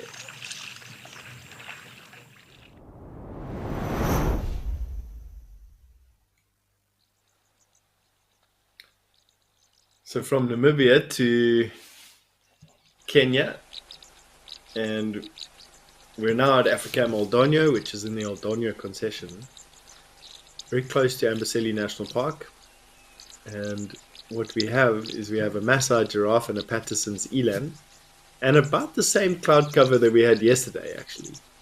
So although the rains are coming, and there was rain predicted for today, it is still considered to be partly cloudy. And as we were chatting about yesterday, these are nimbostratus clouds, which are clouds that have grey bottoms and not much vertical height, but can blot out the sun. They can be a little bit rainy, but usually we need, for the big thunderstorms, we need the vertical height, 18,000, 20,000 feet of development. And then you can get the lightning and you can hear the thunder and get some hail. Excuse me, I've had a frog in my throat the whole morning. In fact, the pile of tissues that are sitting next to my desk at the moment, I think you need to engage four-wheel drive to get through. See, there are some more giraffe underneath the thorn trees there in the distance.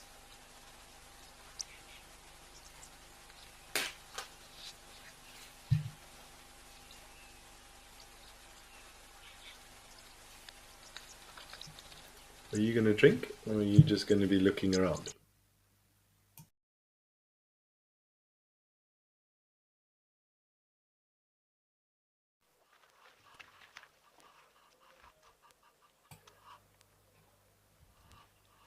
So we had a little bit of a gremlin creep into that feed. It's okay. We wanted to see what was going on there with the with the rain, and it wasn't much. So we'll let our tech guys sort out that problem. They'll do that quick.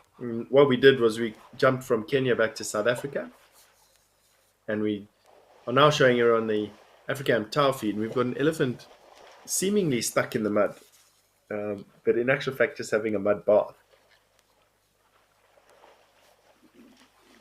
And some warthog off to the right, and then a whole big herd of wildebeest. Quite a massive herd, actually.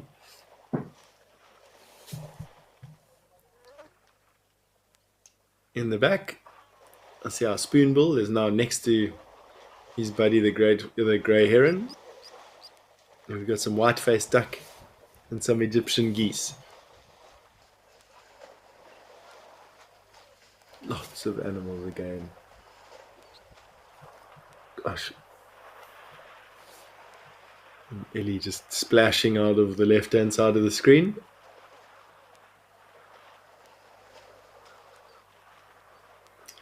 What's this guy doing with his face in the mud? Is he trying to make a bigger mud pool, or what's he trying to do? Can he get his head full of sand?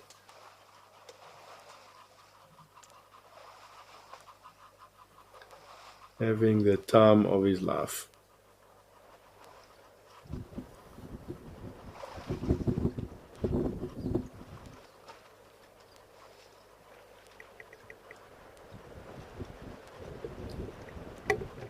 Crocodile, also just there where the spoonbill just flapped its wings, there's a crocodile moving slowly through the center of the water there. So that's one of the 5 crocodiles. We saw 2 yesterday. One of the 5 crocodiles. Elephant, no danger. Neither are the birds at this point. These crocodiles predominantly feed on fish. Oh, there's the second crocodile. Just in front of the spoonbill now.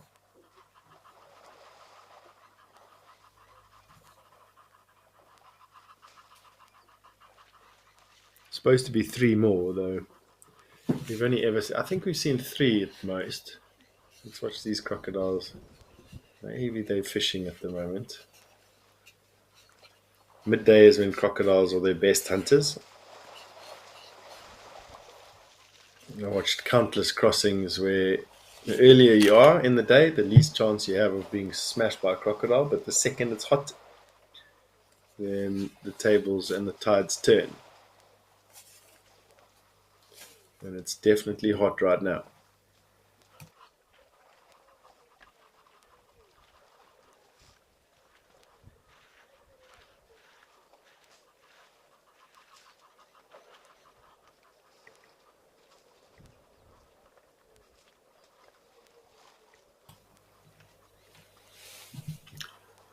Two big bulls there in the background. talking about the elephant now in front of at the back of the zebra.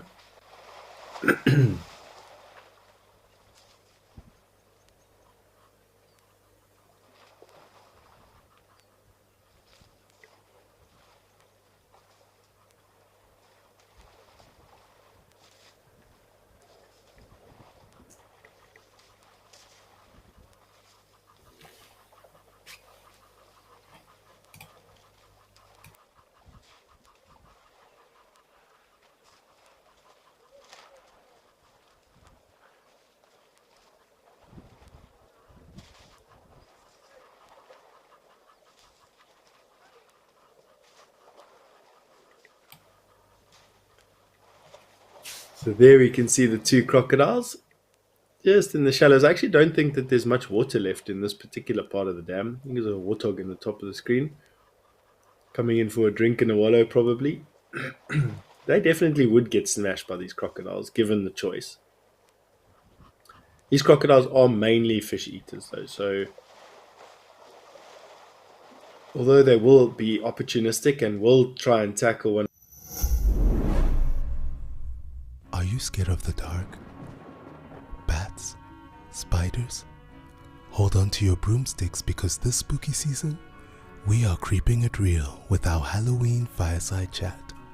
Join us as we get dressed up and debunk myths behind some of our seemingly scary safari friends. Catch the thrills and chills this Halloween. Bugs and Hisses. WildEarth.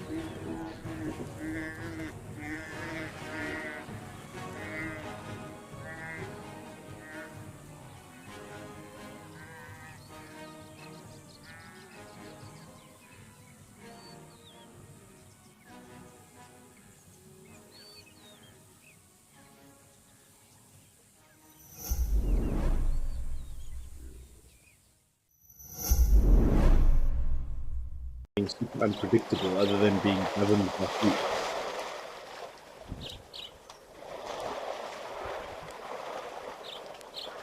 Those warthogs haven't quite gotten into the mud just yet. Also just deciding what to do. Keep an eye on that crocodile. We don't quite know what it's doing. When it does, or if it had to strike, it happens pretty quick.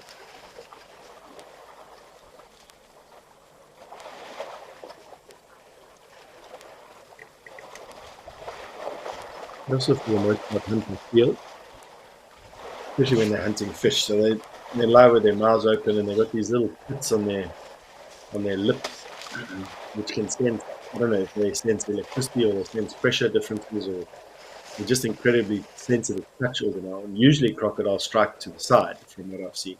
They don't come straight at something. And so they're able to whip their head from side to side really quickly, and they grab things incredibly quickly. Once a crocodile makes a move like that, it's almost defies belief how quickly they can get into action.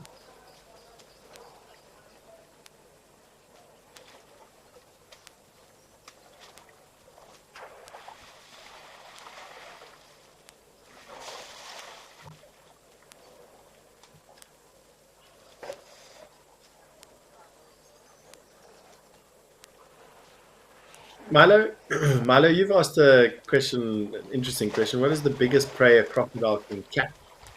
Milo, it all depends on how big the crocodile is. So you do get some crocodiles that are massive, 500 kilograms, 600 kilograms, 900 kilograms. At the outset, I don't know what the heaviest saltwater crocodile is, but they can, saltwater crocodiles in Australia are well known for catching cows. But here I've watched them catch wildebeest and zebra for the most part and actually be able to subdue them. So even the biggest crocodiles that I've seen catch a full-grown zebra stallion, that's 250 kilograms, no problem at all. In fact, I watched a crocodile in the Mara River catch a zebra by the back of the head and drag it under the water. It did not even make a bubble. So that crocodile was strong enough to subdue a full-grown male zebra. Would they be able to take something bigger like a giraffe or a buffalo, baby elephant?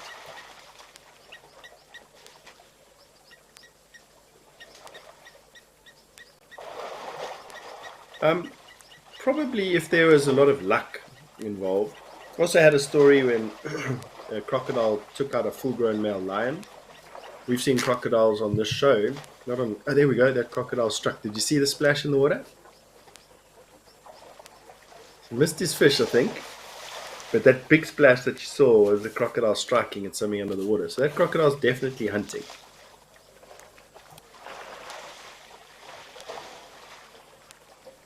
See it strike again?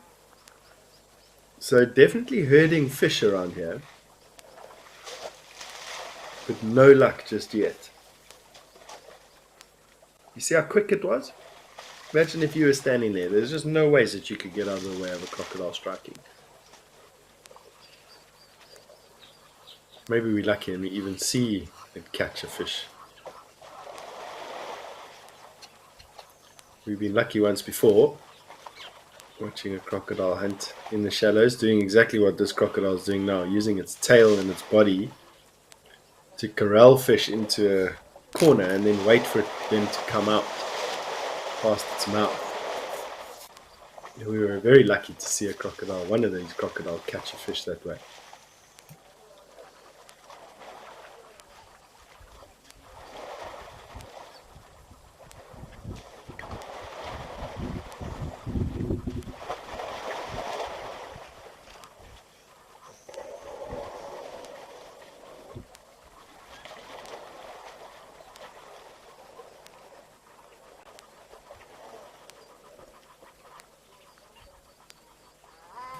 See how the crocodile's reversing there? You can see all the fish came out, so he's now having to change tactic a little bit. Goose almost taking out that grey heron in the process. There, that crocodile's like, it's taking a bit of time to get these cameras into action today. Sorry guys, there's a long delay between giving an instruction to the camera and it actually being executed at the camera. So in this particular case, it's taking a bit of time between our Zoomy and the actual location, and it's all just part of it. So we do still bring you some of the best quality wildlife pictures from some of the most remote places on earth, and so it's all good. There, that warthog is finally laying down in the mud, having itself a proper mud bath. Probably find it goes for a scratch on that stump afterwards. A nice sticky mud today.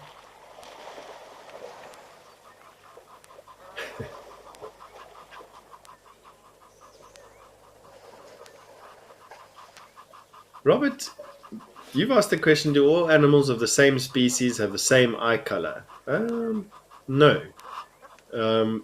So you find African elephant generally have brown eyes, and then you get the forest elephants, which have a light pale eye. So those two elephants, although they can't be considered the same species, no, they are. They're not the same species, same genus. You then also get Whether you're a retiree, a recent graduate, or a professional seeking a change, the 55-day eco-training program is for you. With the coaching of experienced training guides, you'll embark on an unforgettable adventure that will give you a deep understanding of wildlife, conservation, and African cultures. If you sign up locally or internationally using this promo code, you'll receive 2,000 Rand off.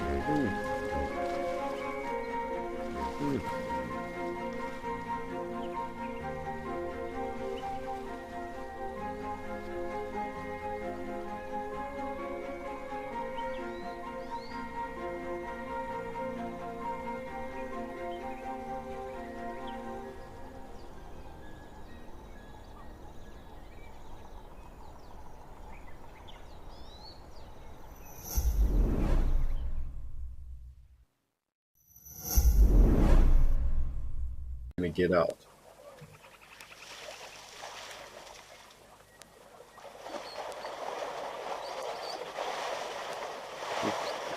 Exactly.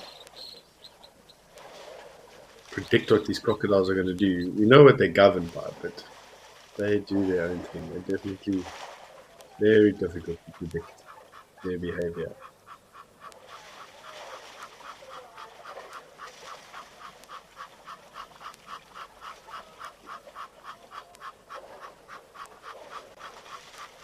Zebra coming in behind the elephant for their turn at the water.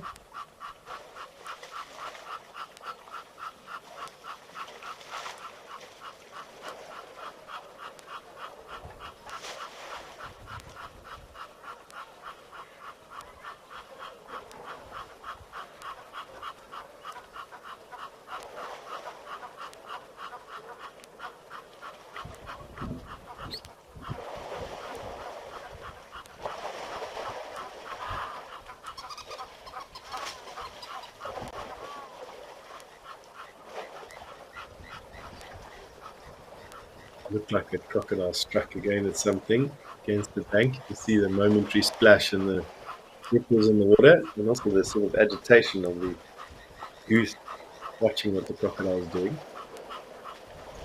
Just that it almost got stuck in the bank.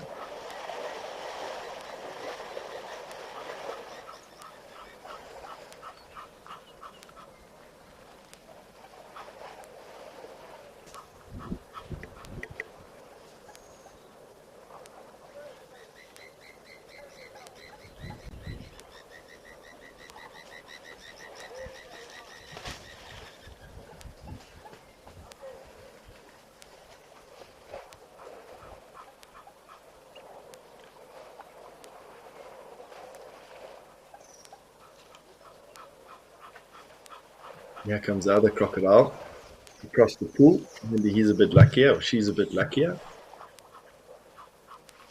That goose is a good animal to watch to see where the other crocodile is against this bank here.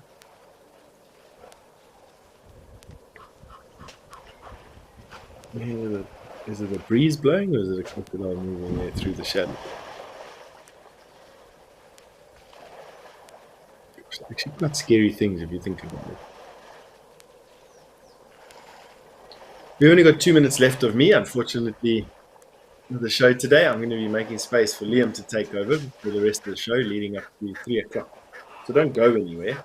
It's just a naturalist talking. Some of you might be welcoming that. For those of you who aren't, as well as thank you for all of your support and all the questions today. It was really great. So well done on all of that. It's a great day actually to be doing the show. Lots going on, lots of Ellies. We've been privileged enough to watch these crocodile hunting for the last couple of minutes. Got to see a buffalo with the opening of the show today. The little baby elephant, so cute. Well, 2 baby elephants, 2 little guys that we're keeping our eyes on. And then, of course, looking forward to the rain up at Aldonio, actually all over the place. And even in Okakoya today, there were some clouds. I'm going to stay in what looked to be clouds building up on the horizon. Hopefully, through the course of the rest of the show, you might be seeing more of that. But from me, for today, I'm going to be saying cheers. Thank you, and all the best. Keep safe.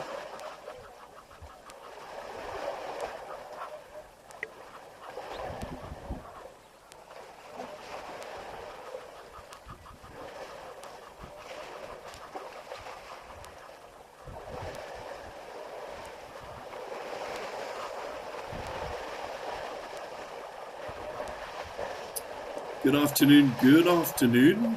My name is Liam Burrow. I am the naturalist coming to you for the second half of the Live at the Waterhole show this afternoon. Coming to you from my home in the town of Nelspruit, on the boundary of South Africa's Kruger National Park. But the image we're looking at is coming to you live from Tower Lodge in Madikwe. And what a busy scene it has been around this Tower Waterhole this afternoon. Tons of bird life. Our old friends, the crocodiles, have been pretty busy as well. And of course, plenty of ellies, plenty of zebra, wildebeest, warthogs. It really is turning into quite an action-packed afternoon. Happy days.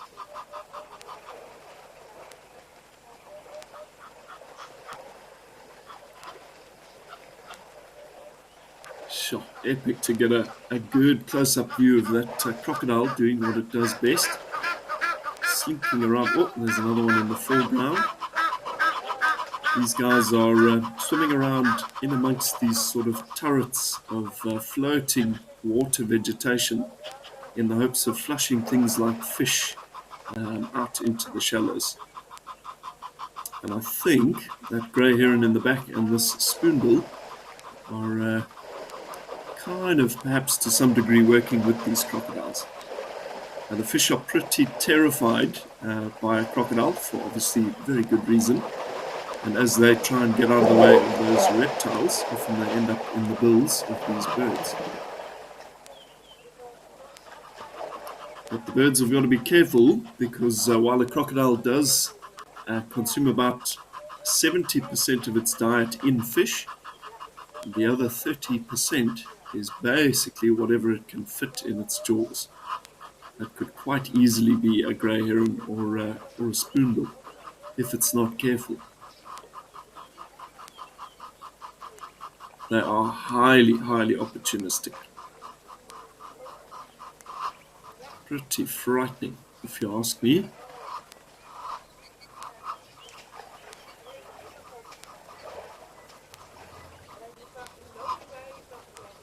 Jesse, good afternoon, and that is a very, very good question.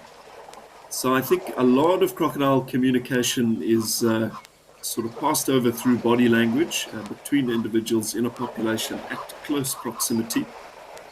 But quite surprisingly, crocs do also have the ability to make vocalizations. So in particular, a big male that's trying to attract the attention of females, a big dominant breeding male crocodile. Now that's an animal that could be 6 meters long in Africa, easily over a metric ton, 2,200 pounds.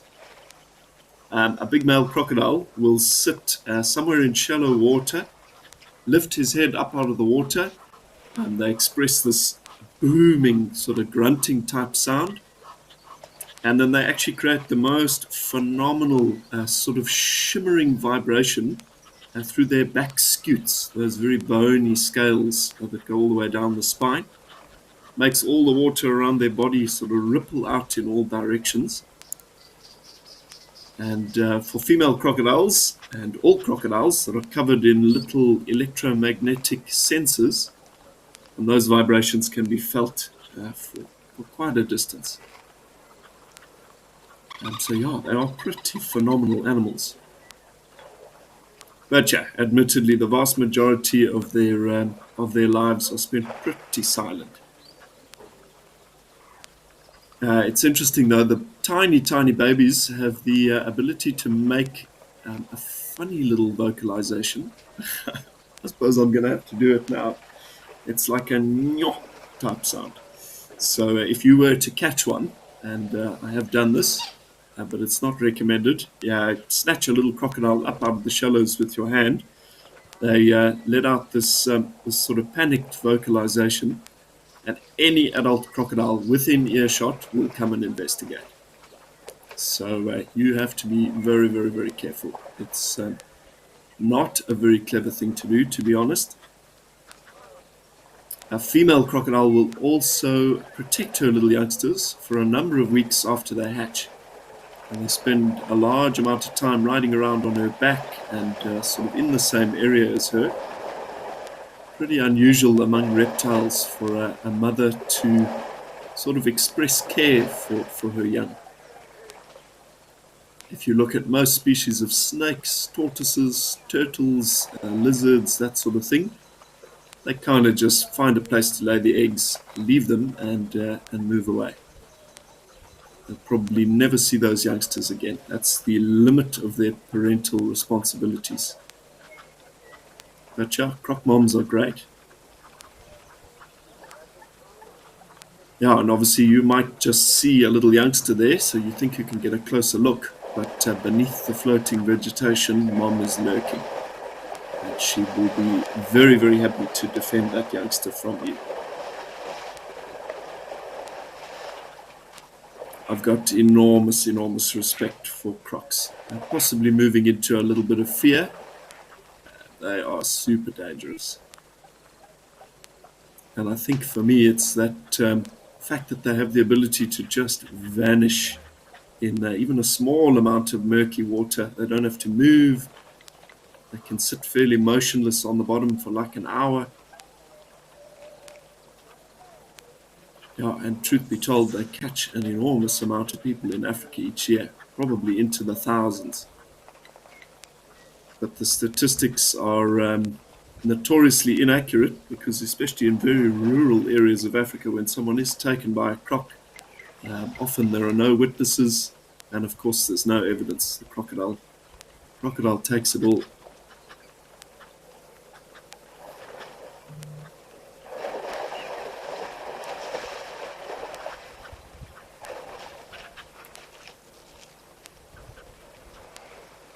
Dreamcatcher, no. Personally, I haven't. I've certainly seen video footage of it on a number of occasions.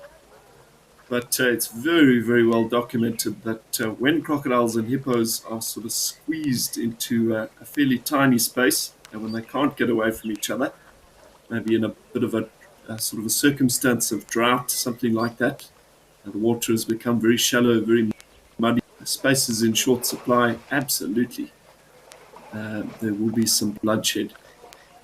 They reckon an adult hippo can bite a 4-meter crocodile into 2 pieces, which I can believe. Hippos have got enormous sort of self-sharpening tusks, lateral incisors in their mouths. But on the other hand of that, a fairly big crocodile would very, very easily dispatch a young hippo calf. So I think it's in both parties' best interests to stay away from one another, and they certainly do under most circumstances. Yeah, each being aware that the other one has the potential to be quite dangerous.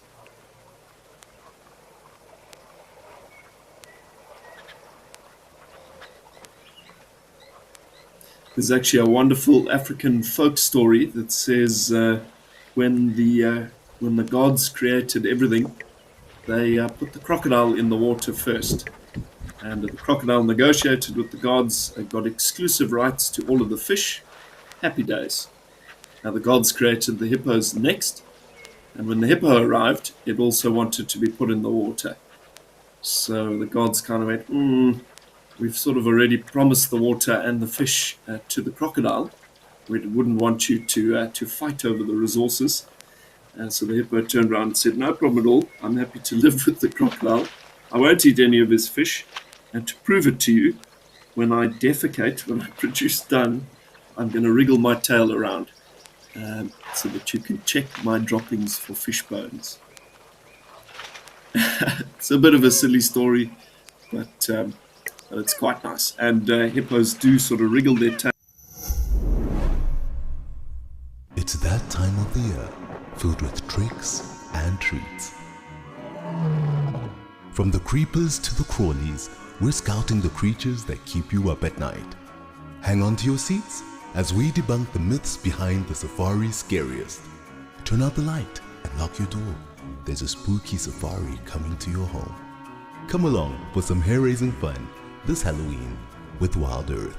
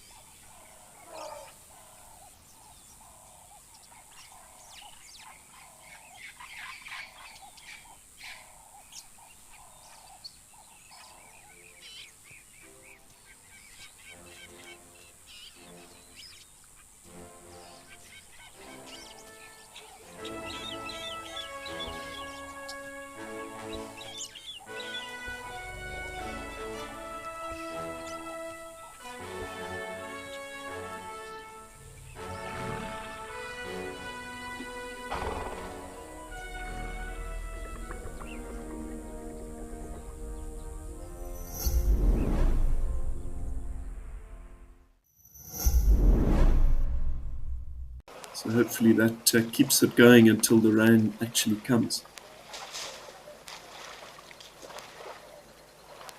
Just keeping an eye on this crocodile in the background. I'd love to see him catch a fish.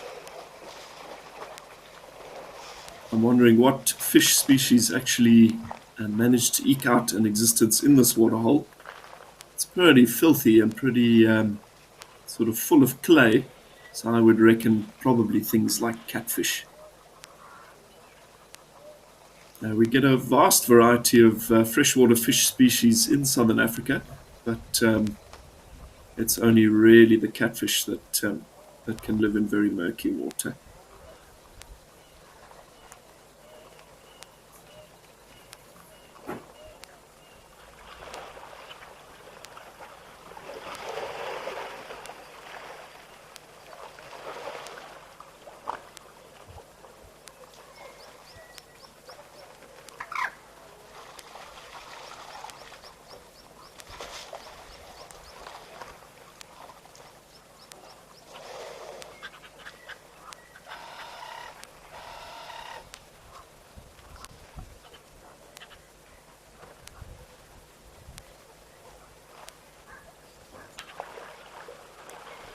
Crocodiles snapping all the time, so there are obviously fish there. At least 2 crocs to the right of that ellie, possibly also kind of working in unison, working as a team. Teamwork, certainly an expression of some animal intelligence there. It's a behavior we see in group hunters, things like the killer whales, orcas, working together to hunt things like seals. The crocodilian family, so crocodiles, gharials, caiman, alligators, are some of the only reptiles on the planet that have the frontal lobe to the brain. And the frontal lobe, in my understanding, being a sector, kind of responsible for higher thinking to some degree, forward planning, strategizing. That's a characteristic that they only otherwise share with varanids, things like monitor lizards.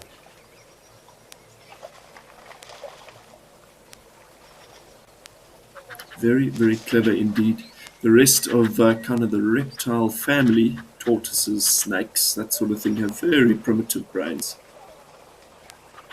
Far more instinct-based than intelligence-based.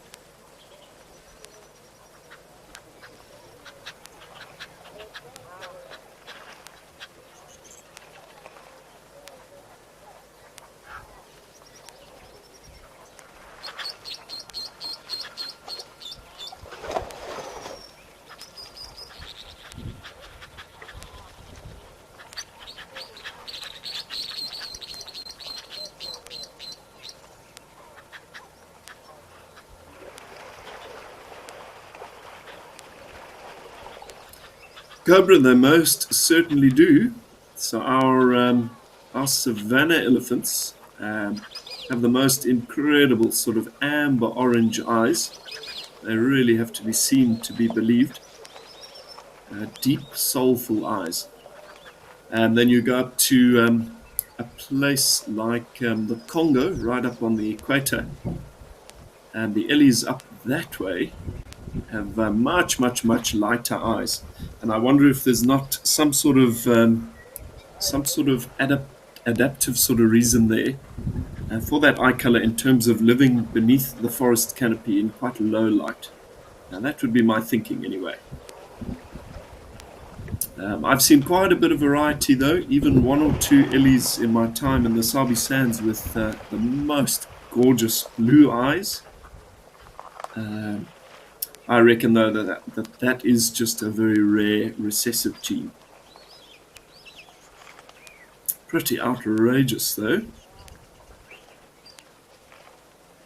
Yeah, we see little sort of quirks and variations in pretty much all animals. Funny colors or interesting patterns.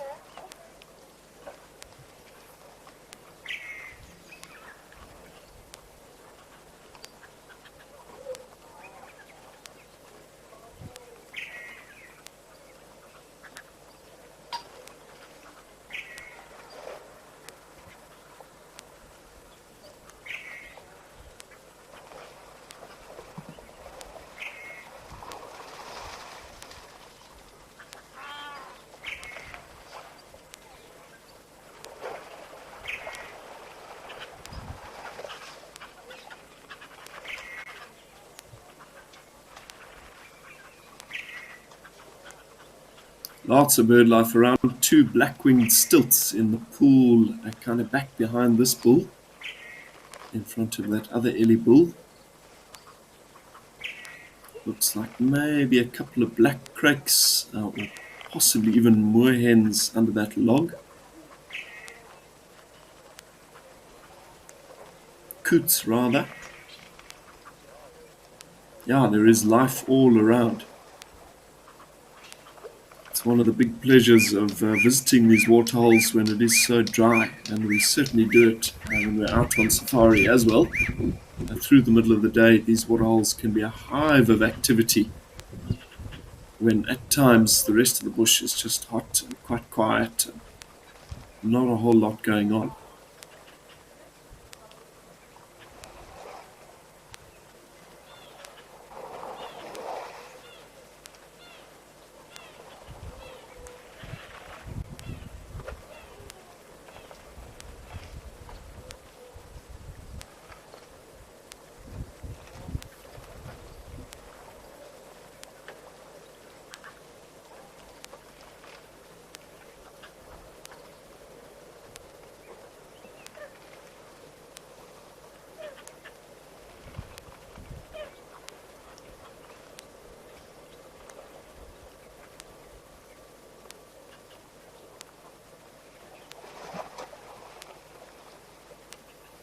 Cool. Well, it's been a pretty awesome start here at Tau in Madikwe, and I think it might be time to check in at another feed, and now going to Old Donyo in southern Kenya.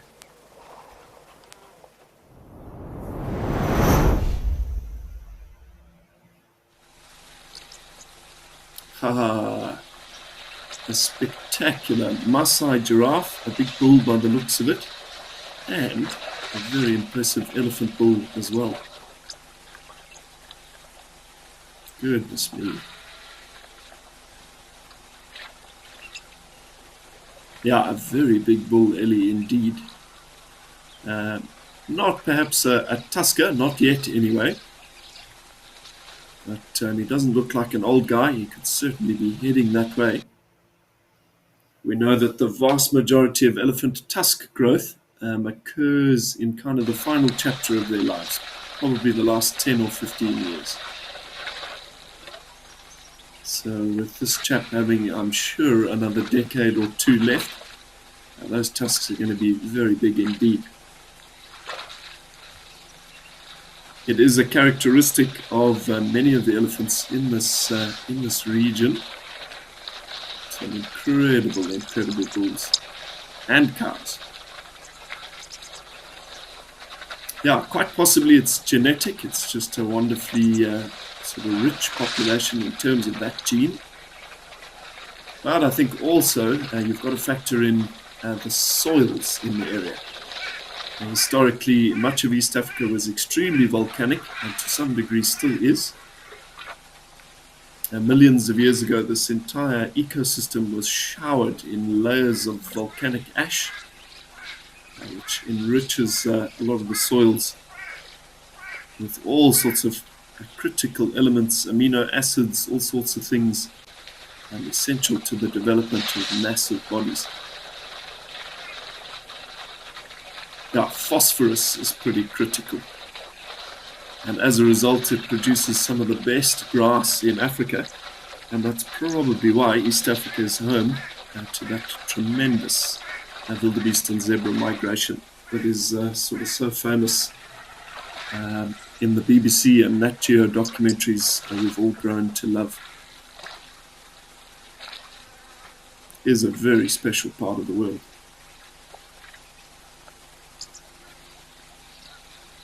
Sure, wonderful to have these two eye to eye right next to each other.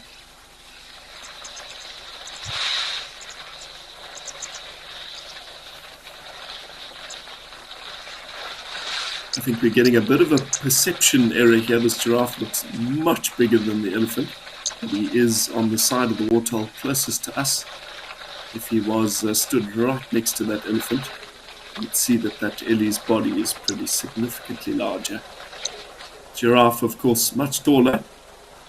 Bulls can stand about 18 feet, around 5.5, 6 meters at the top of their head. even the biggest Ellie bulls probably only about 12 foot at the shoulder. 4 odd meters, 3.5, 4 meters.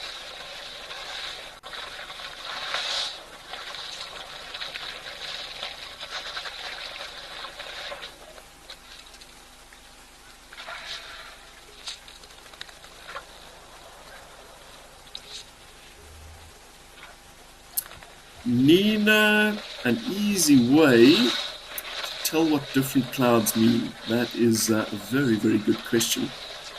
I can give you sort of a broad idea. I guess the clouds that are most meaningful for us in sort of our human activities day to day are the cumulus clouds. So in particular, cumulonimbus, those are the clouds that bring pretty violent storm conditions, wind, rain, hail, that sort of thing. And those are clouds of enormous vertical extent. So they're the big typical black thunderstorm clouds we associate with sort of the arrival of rain and that sort of thing. Those clouds are usually anvil shaped, so flat bottom. They kind of come in a bit like an hourglass, and then they extend way up, possibly up through 20,000 feet. So those sort of clouds, especially for me as a pilot, are clouds that you want to avoid wherever possible. Now the air moving in cloud like that can be moving in opposite directions at literally hundreds of miles an hour, and potentially full of hailstones, that sort of thing. You certainly wouldn't want to fly an aircraft through them. It would be pretty serious. So yeah, those are probably the most meaningful. Then you get sort of the stratus type clouds, the flat sort of layer-like cloud that we associate with kind of overcast days, cool conditions. But yeah, certainly I think for us, those cumulus, and more seriously, cumulonimbus clouds are the ones you need to watch for. Those are the ones that go really, really high.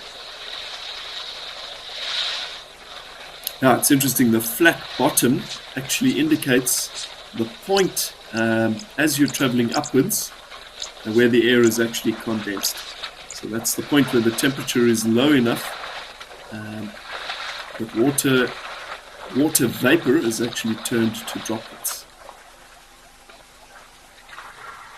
Yeah, and it occurs pretty uniformly. It occurs in kind of the same spot. Very, very interesting.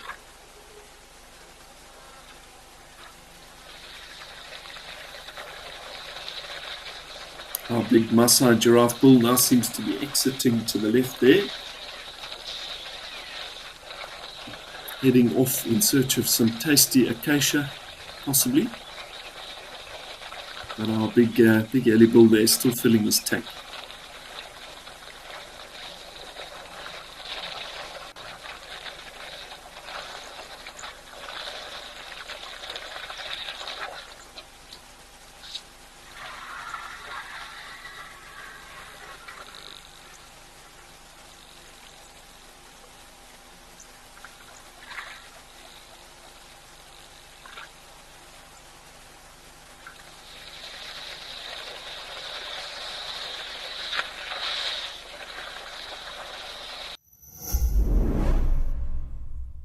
I started watching WildEarth during COVID.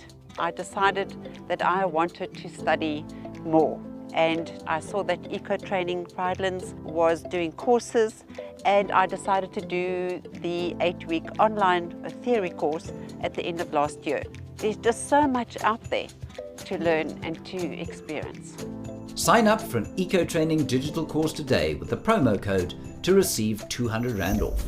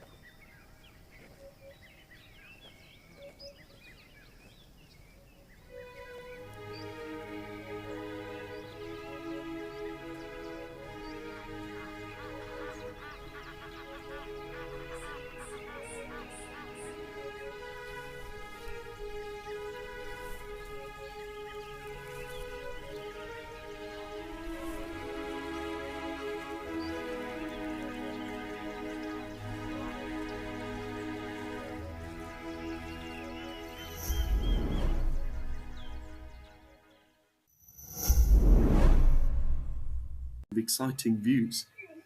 Back now in Madikwe with a very, very large group of elephants, continuing to enjoy some time around the water's edge.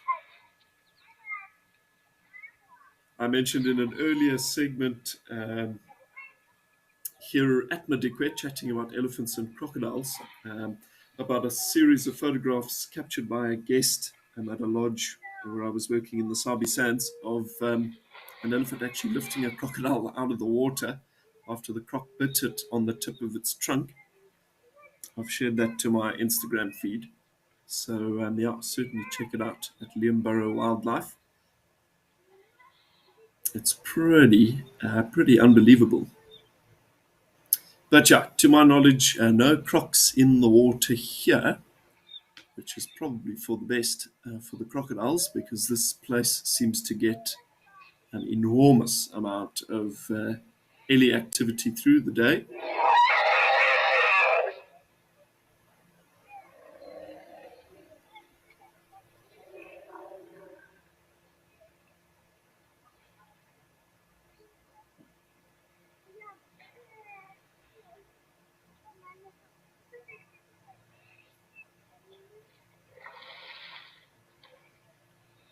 And these guys really are just luxuriating today, lounging around in this muddy, sort of clay-filled water.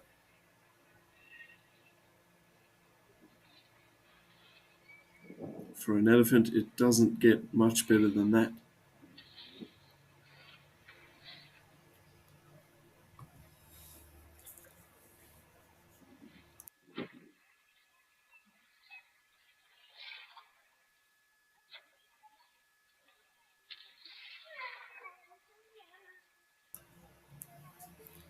These trips to the Waterhole serve various functions for ellies. I think obviously primarily coming down to drink is the big priority.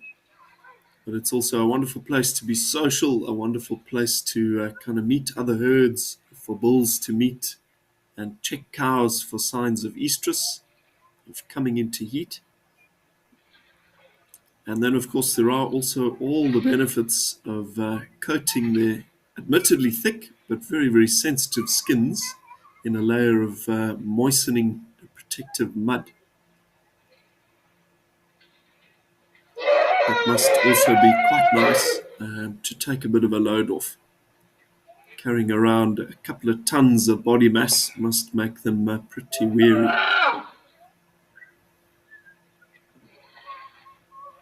Nice to have a bit of a relax in the water.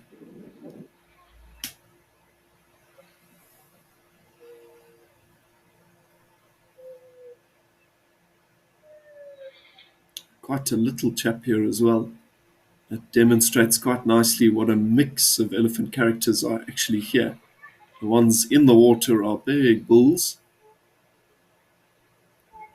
and living quite separately are the breeding herds, also coming in on both sides by the looks of it.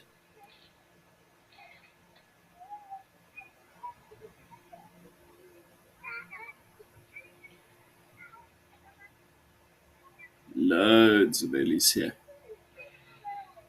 Goodness gracious. Yeah, so definitely this is not just one family. We've got a big mixture of bachelors, of bulls, and then a number of other breeding herds, possibly 2 or 3.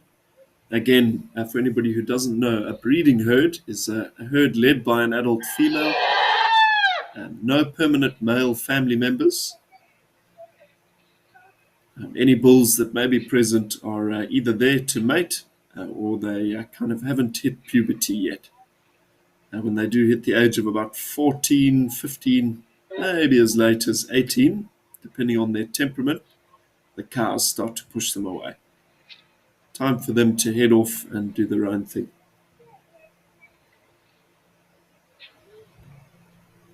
There's quite a good biological reason for that. The cows don't want a young amorous bull potentially trying to mate with his own sisters, cousins, aunts, etc. The bulls also start to get pretty boisterous when their testosterone comes in around puberty. So So yeah, it is better for them to mingle with their own gender for a while. Quite a frustrating life for those young males, though.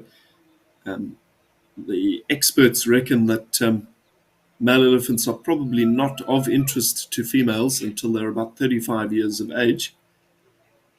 A female just doesn't want to mate with a bull that is sort of smaller. She wants the very biggest, most proven dominant individual in the landscape. And those are usually only the biggest, tallest, massive tusked individuals that are around. So yeah, a lot of very frustrating years for those subadult males. But the bigger bulls keep them in check. That's part of the social structure of the males.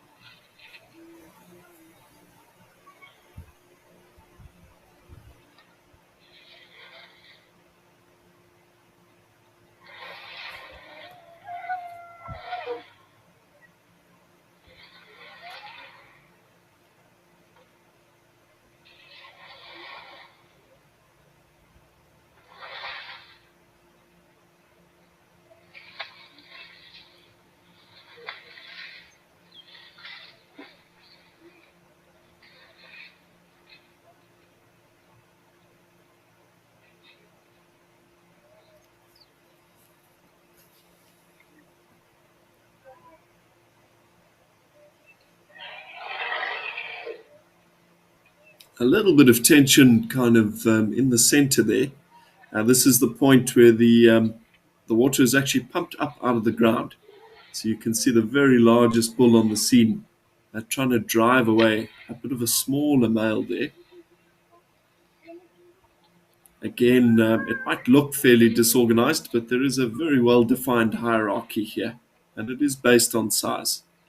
The biggest male has kind of the lion's share. He's got the right. And the other bulls have sort of all fairly respectfully got to fall in behind him, and then the ladies and the very small calves kind of in behind them. But not to worry, there's sort of more than enough to go around, and the elephants are intelligent enough to know that. So better everybody just stays out of the way, lets the big guy fill his tank, and when he moves off, everyone will get their chance. Now, cows make phenomenal moms, the females, and they won't put their babies in harm's way unnecessarily. Bulls just streaming out of the bush to the back there, another very big guy coming down. Now, it causes a bit of panic amongst the cows. The bulls don't really seem to care too much about these calves. So the cows don't want to spend a lot of time around them. The bulls are big and boisterous, easy to catch one of those youngsters underfoot.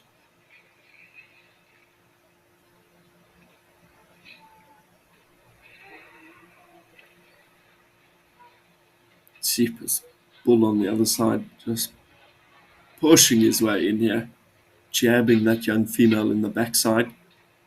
That wasn't very friendly.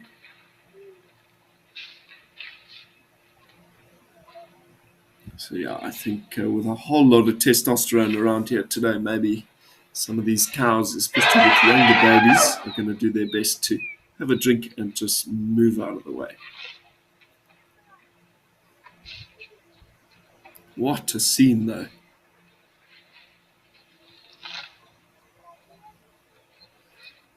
I've always said that these sort of waterhole scenes, in particular with large herds of ellies, are a bit like a window back in time. And we obviously don't really have the opportunity to see dinosaurs, but considering elephants have been around in this sort of form for about 60 million years, so that's about the closest we're going to get. And certainly there was a time in Africa where scenes like this were very, very common across the landscape. However, these days, not so much. pretty restricted to our conservation areas, to these protected reserves. Still quite a few ellies in Africa. There's reckoned to be just over 400,000. But considering that at kind of the turn of the last century, so just over 100 odd years ago, there were probably 10 million. That means we've had a 96% population decline, which is pretty devastating. 400 odd thousand is still a very strong population, but we have a massive responsibility to conserve what's left.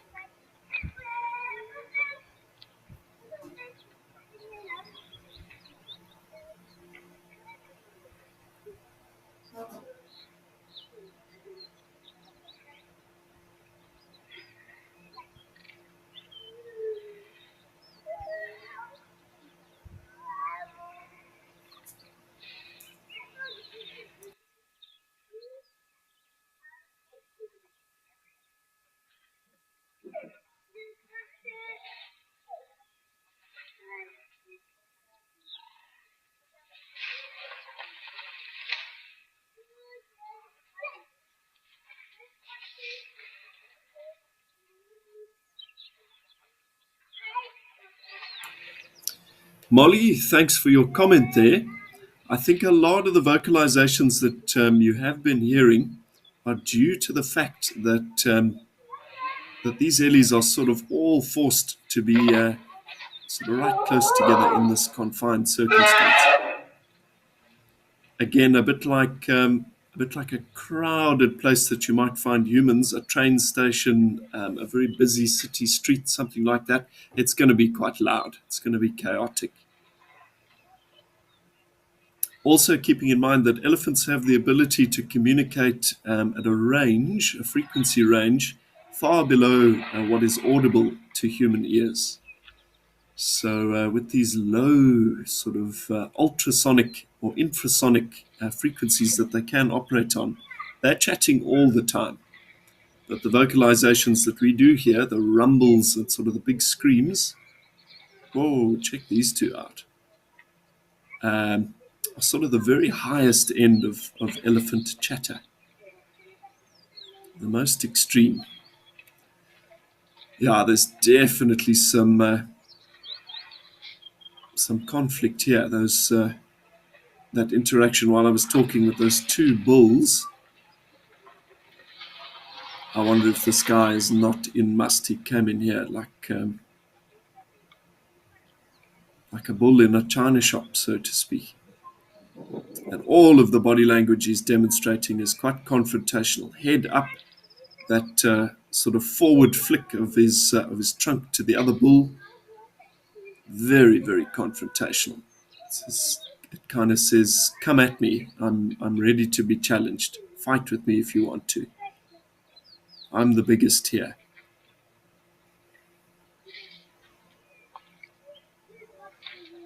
Elephants are enormously communicative when it comes to their body language.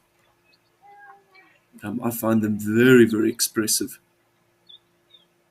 And certainly dealing with them at fairly close proximity on safari, some of that body language can be sort of intended for us humans. So part of the sort of deal of being a good naturalist or a good guide is being able to interpret that body language and figuring out which parts of it are sort of meaningful, which parts might indicate that we're in danger, and which parts are just sort of posturing. And yeah, certainly to some degree, once you know a bit of elephant body language and you can interpret a bit of that behavior, you can operate around them quite safely.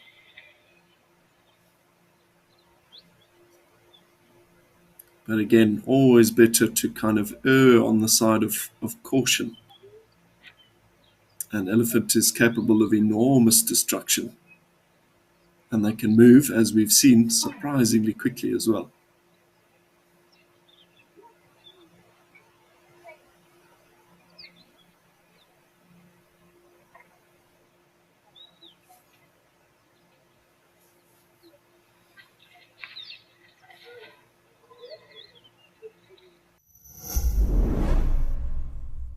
Are you an Africam enthusiast who craves more than just a front row seat to the wild? With Africam Premium, you get to enjoy ad-free Africam streams. Take jaw-dropping shots and participate in exciting photo competitions. Dive into the world of safari snaps. Africam Premium gives you access to exclusive content, including shows, educational courses, and behind-the-scenes footage that you won't find anywhere else. Join us today and make the wild your playground.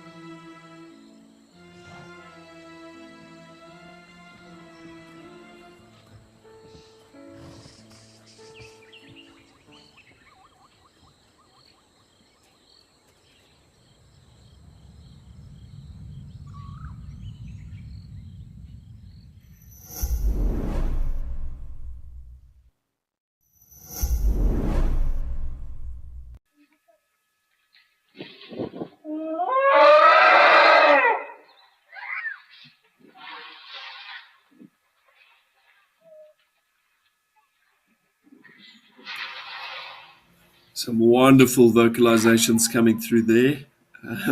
A pretty serious elephant scream or a trumpet there.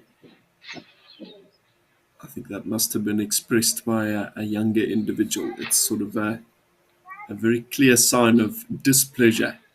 Leave me alone.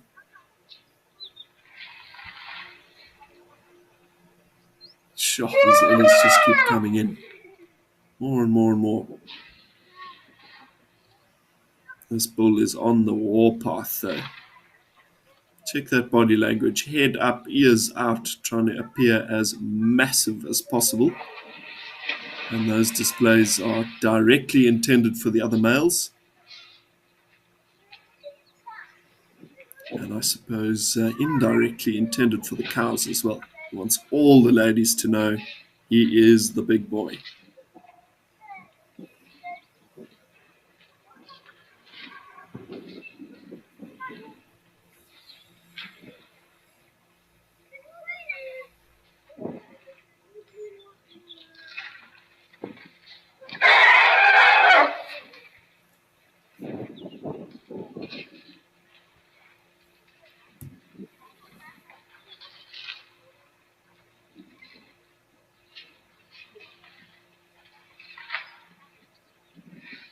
Sure, quite the scene.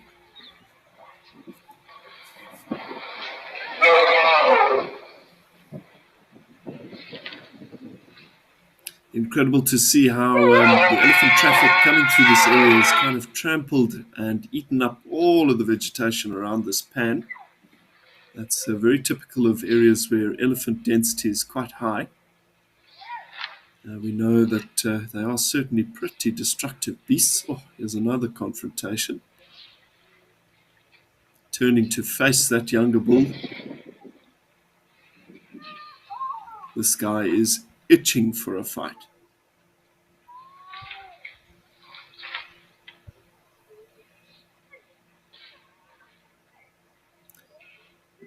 Cool. Well, as things heat up here around the waterhole at Madikwe, let's check in at another familiar spot at one of the waterholes in the Sabi Sand.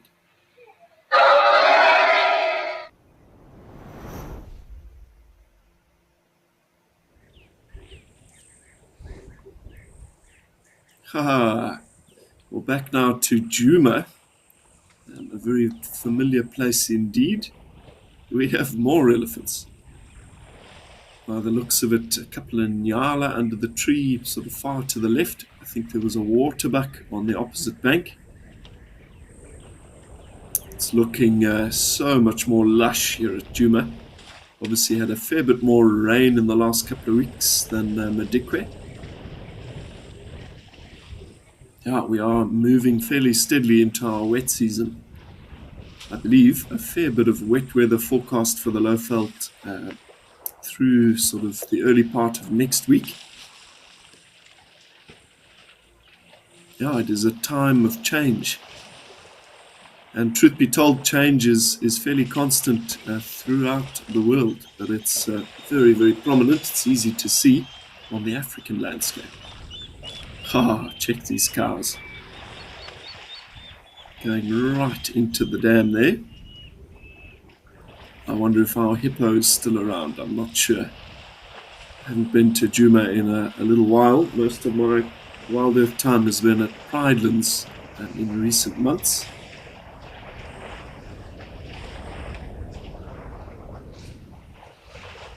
Crossing straight through by the looks of things.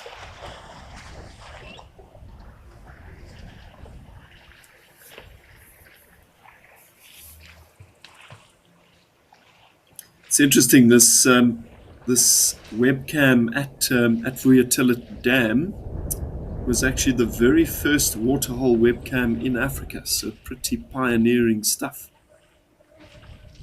I'm sure it's not the same camera that was operating well over a decade ago already. So yeah, I'm sure the tech has been upgraded since then. But I can remember checking in at this cam and at the camera in Botswana, Pete's Pan or Pete's Pond, if I remember correctly, as a very small kid. It's pretty amazing stuff.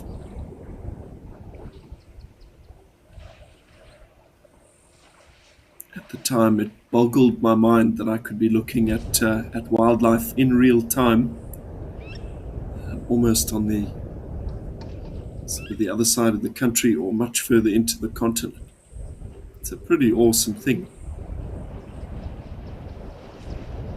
These cows and calves looking very refreshed after a brief plunge there.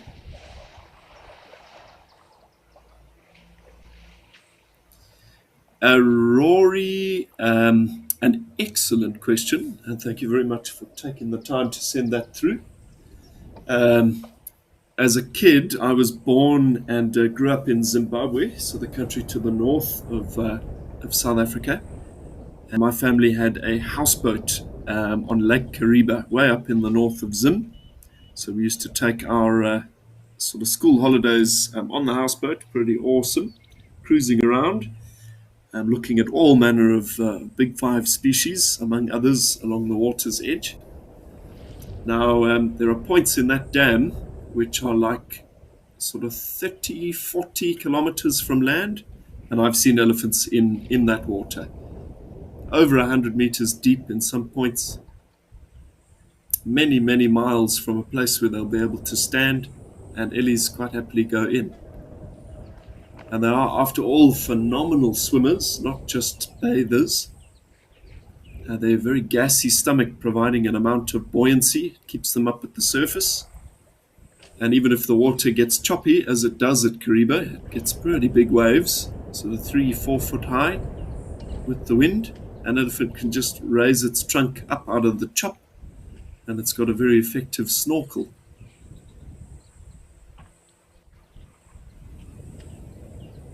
There's some feeling in the scientific community that one of the biggest reasons for the evolution of the elephant's trunk was that snorkel effect. Obviously, it is a very, very effective tool for communication, for feeding, for various things, the use of tools. But they reckon primarily it was to cross bodies of water in Africa. And certainly in parts of Asia as well. The Asian ellie.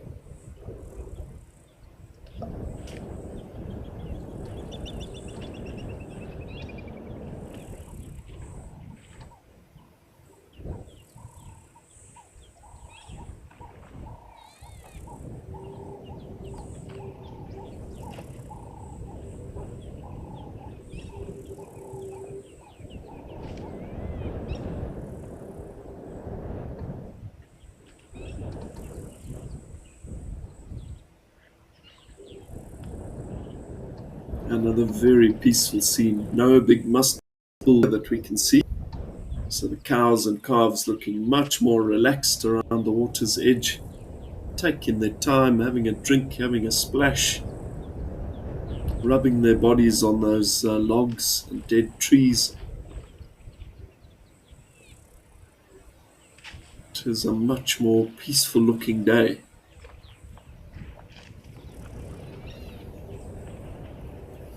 And in many ways we are moving into a time of plenty. These elephants being exclusively vegetarian, they are herbivores.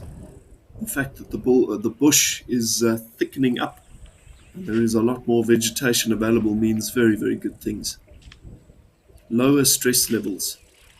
They're simply not having to work as hard to get the amount of vegetation into their bodies every day that they need to survive. I live for the wet season. I love it. Out on safari, it certainly can be hot. There's lots of bugs, but it is the best.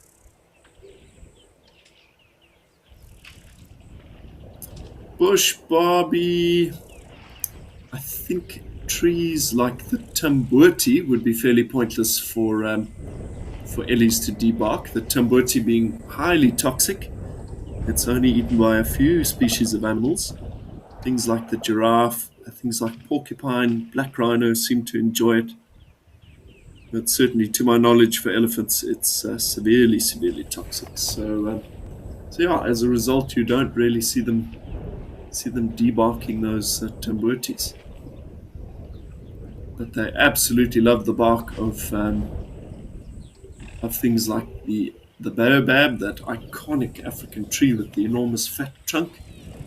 They love the baobab, the marula, the false marula, knob thorns. Oh, having a nice scratch there.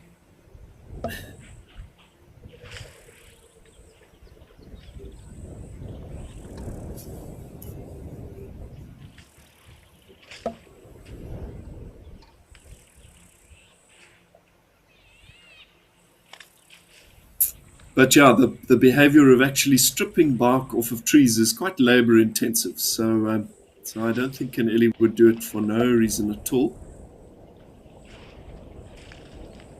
We've got a blacksmith lapwing at the back. I wonder if she's not on eggs. I think she almost certainly is. Eggs or chicks. Especially with ellies around, it would probably serve her quite well to stay put. Ellies don't want to eat those eggs, but very easy not to see them and to sort of wipe out that breeding attempt with a single step crunch. It's amazing, those lapwings can be very aggressive to herds of large herbivores. I watched a lapwing in the western sector of the Sabi Sand attacking the front of a herd of about 1,000 buffalo. Very bravely, and turning the entire herd away to protect a single nest. Amazing what you can get done if you believe in yourself.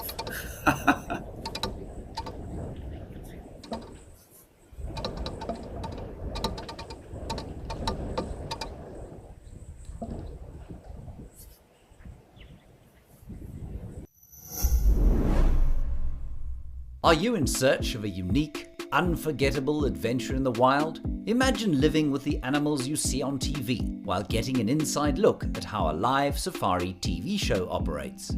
We're thrilled to offer this experience through our 7, 14 and 28-day EcoCam experiences. To book your spot, visit wildearth.tv/EcoCam. Come and join us for the bush experience of a lifetime.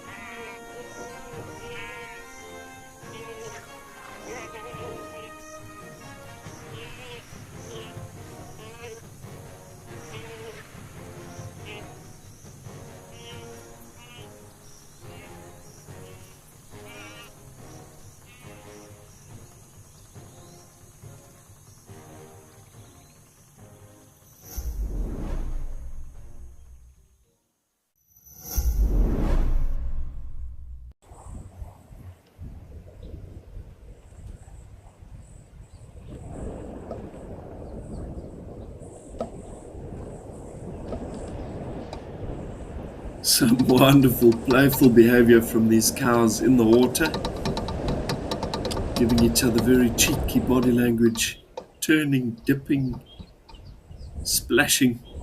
You can feel the joy. It always amazes me, the biggest, most serious elephants almost appear to become little calves again, little kids. They get very, very playful when they do take a swim. Yeah, you've got to think it must be fun for them. They must love it. But yeah, it looks like these guys are perhaps wrapping things up here. Not looking like they're going to stick around. The rest of the herd moving up into that wooded savanna to feed.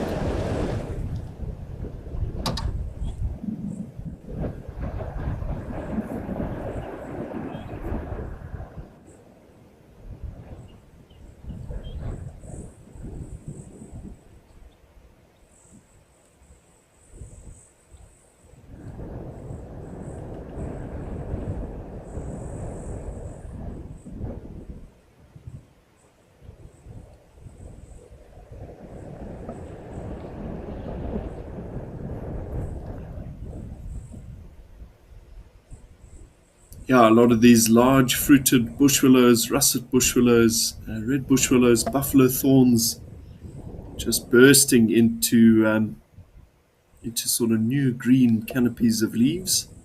So that is a recipe for success for the local ellies. Plenty of availability of food, that's for sure. And yeah, as mentioned in an earlier segment, that means that life is it's just going to get a bit easier for them over the next couple of months. It's the time of plenty.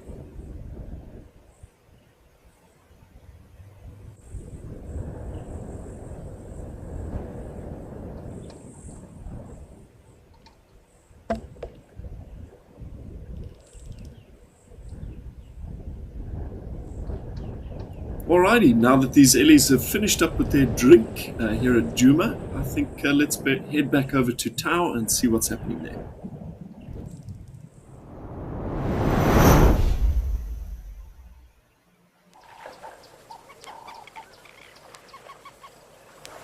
Haha, and elephants aplenty today. Back over here at Tau, it looks like quite a large group of bulls scattered around, keeping a very keen eye out for our hunting crocodiles. They've been super active in that sort of big pool in the middle there.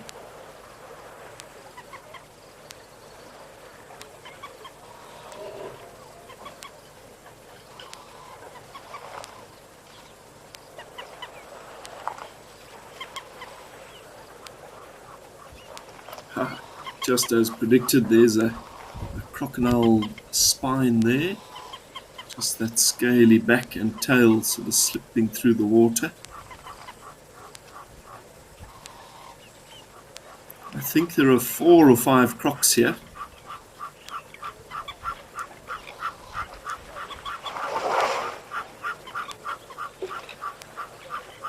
Chelsea, that's a very, very good question. I think I'd perhaps like the opportunity to maybe see something like giraffe moving through very deep water and perhaps to get some photos of that. I've certainly seen photos of it before, but other than seeing them sort of walking through sort of meter or maybe 2 meter deep water at kind of river crossings, I've never seen them in really deep stuff. They are, I think, girries. I got enormously lucky on a couple of occasions in the Sabi Sand. I've even seen a leopard moving through deep water, a lion on a number of occasions, a lioness moving cubs at a stage, which was pretty exquisite, making multiple trips across to carry small babies over the Sand River. Yeah, the bush is full of wonder. And even as a guide or a naturalist on safari every single day, you can still see things that you've never seen before. And very often we do.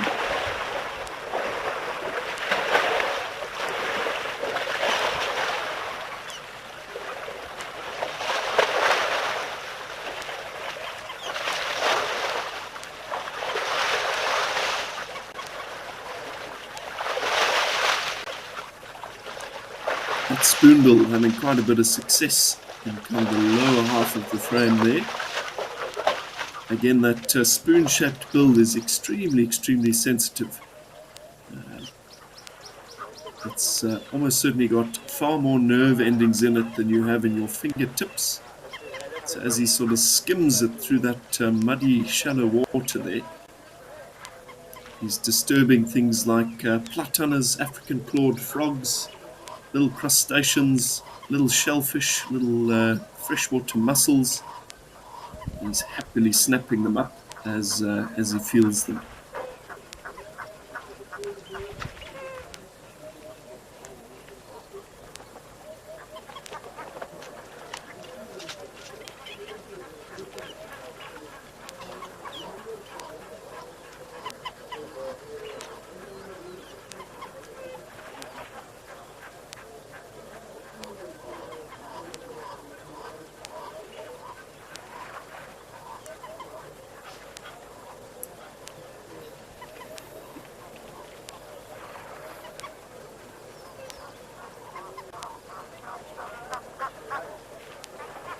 These elephants create very nice pathways through these mats of kind of sort of water vegetation, and that really allows these birds to move through quite nicely. It creates little corridors where fish congregate. So in many ways, while elephants are destructive, to some degree in balance, they are a very constructive species as well. You might even regard them as the gardeners of Eden, in a way. I say in balance, though, if you do have a population of elephants that are entirely fenced in, elephants breed very, very steadily throughout their lives, and the population will grow exponentially, ultimately reaching a point, critical mass, where they simply destroy everything, all the vegetation, finish a lot of the water, and ultimately cause lots and lots of problems. So ideally, ellies should be able to move over vast distances if they can. They are, after all, nomads. They are not territorial animals.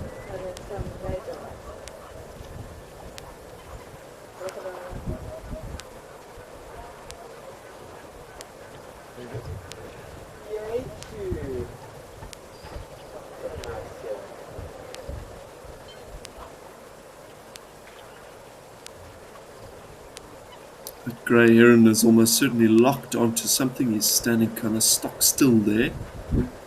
They have phenomenal eyesight and eyes that they can tilt forward quite effectively.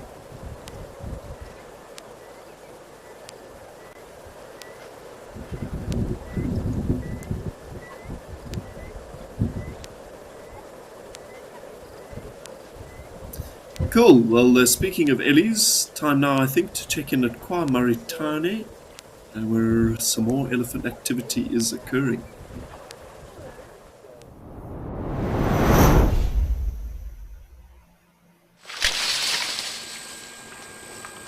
So here now in South Africa's Pilanesberg National Park, right up in the north of Johannesburg. And we have another big breeding herd of ellies enjoying the water at KwaMaritane. Looks like the majority of them are quite wet already, so I have a feeling much of the splashing and whatnot is probably done. Many of the individuals at the back choosing to kind of shower their bodies in a bit of a dust coating. Helps to lock that moisture in. A bit like talcum powder after a bath.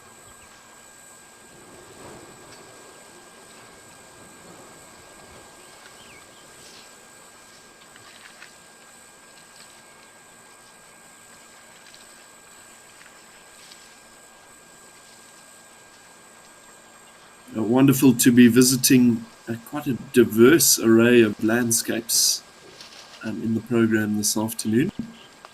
And again, that's one of the beautiful things of this Live at the Waterhole show with Africam and WildEarth.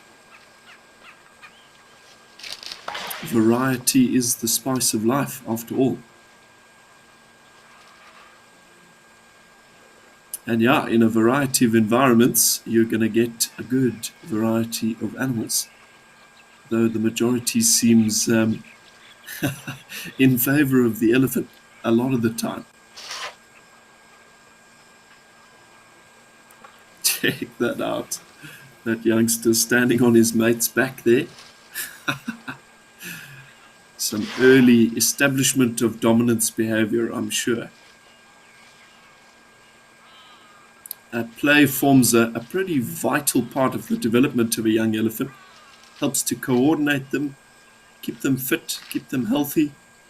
But perhaps most importantly, rather, of all, it helps to build those social connections. Bonds between members in the herd may last 30, 40, 50 years even. And that's not just the connections between females. And there's lots of evidence to suggest the males may have friendships that last their entire lives as well.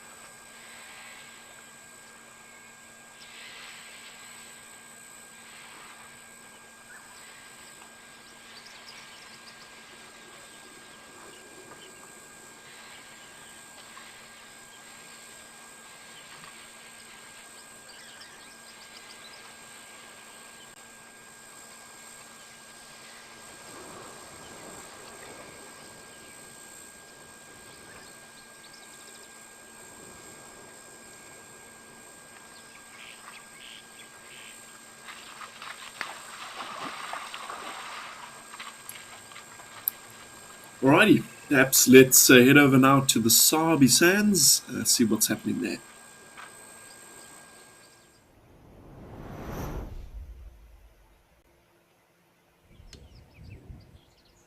Super. Well, back at Djuma, we are still checking out these ellies, but we're noticing a really, really tiny little individual here. A bit challenging to get a very, very well-defined idea of how old this calf is. It's tough to do it looking at a feed, not actually looking at them in person. But this little guy is very, very small. I would put him at somewhere between a couple of weeks and possibly as low as 2 or 3 months old. Tiny, tiny infant.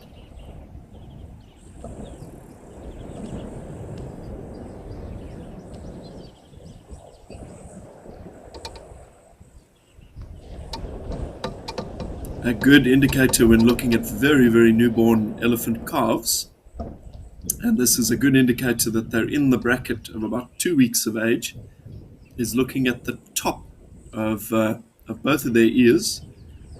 Very, very often, with that baby getting quite large in the womb and space becoming more and more limited, the ear gets folded forwards over.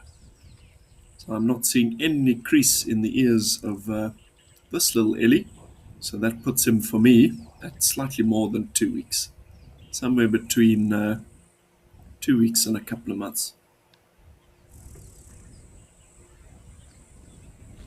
Still pretty unsteady on his feet, so I'd say the lower end of that range. And no doubt about it, that's going to be a bull.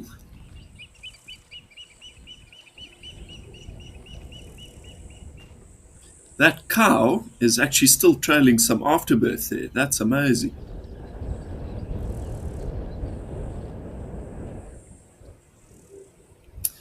Brenda, certainly. Lots of variety in the soil conditions there. Goodness me, yeah, still trailing afterbirth. I hope she can kind of dispel that stuff. It's certainly not good for an animal to have afterbirth sort of being dragged around like that. I'm sure she'll step on it eventually and it'll get pulled out. Obviously, once that starts to decay, you can very, very easily get an infection there. Yeah, Brenda, it's wonderful to see different colored elephants in many of the different locations. And as you probably know, they sort of take on the color of their environment or the color of the soil in the place that they live. So parts of East Africa, you get very, very red ellies. Ours in the Greater Kruger seem to be sort of ashy grey. Parts of Namibia, Etosha, with very chalky soils, you get snow white elephants. And off they go.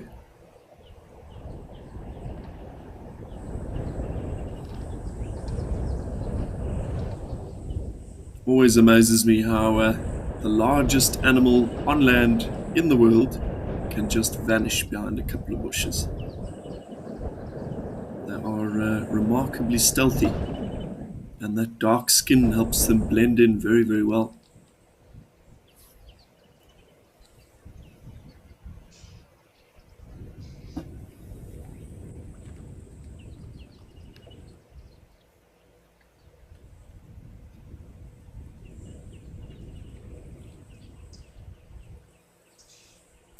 Well, speaking of a bit of variety, let's head back up now to Old Donyo in southern Kenya to see what's happening around the waterhole there.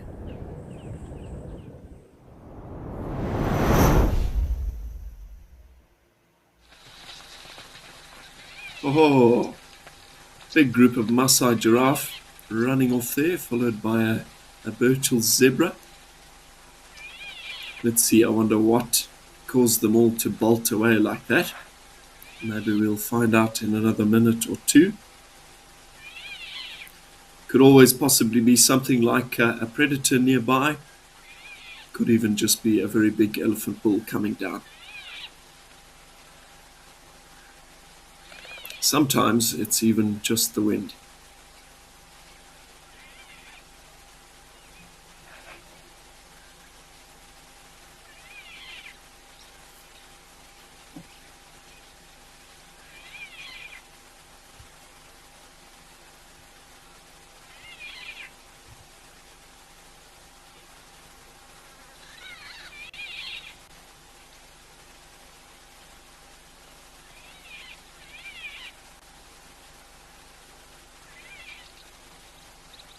And some wonderful stratocumulus cloud formations here. These dark, fairly low level, possibly water containing or rain containing clouds. Hopefully it's hinting that East Africa might be in for some wet weather, sometime soon anyway.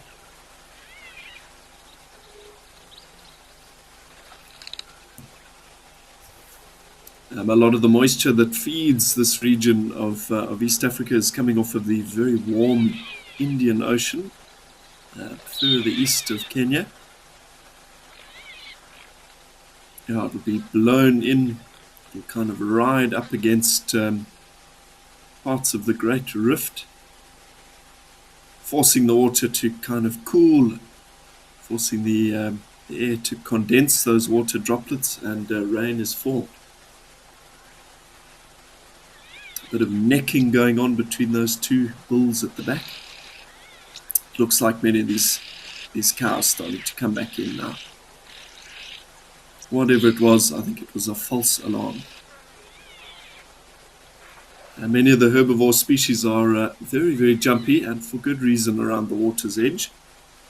This is a pretty ideal spot for predators to wait in ambush, and certainly prides of lions, the odd leopard, will practice that behavior when they are looking to make a kill.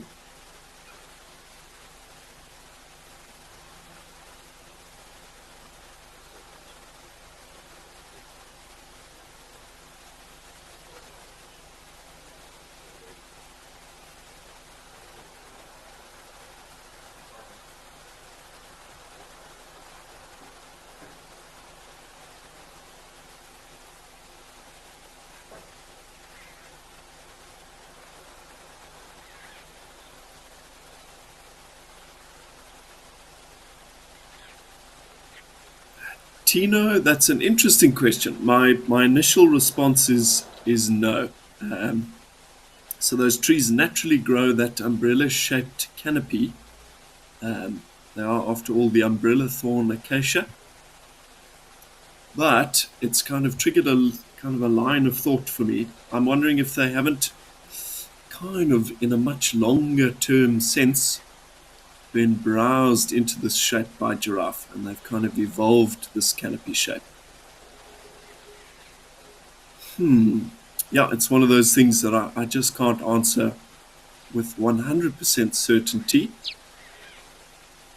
But no, certainly in the short term, these trees are naturally that shape in the absence of giraffe. That is the shape of an umbrella thorn acacia. An iconic African tree, I'm sure you'll agree.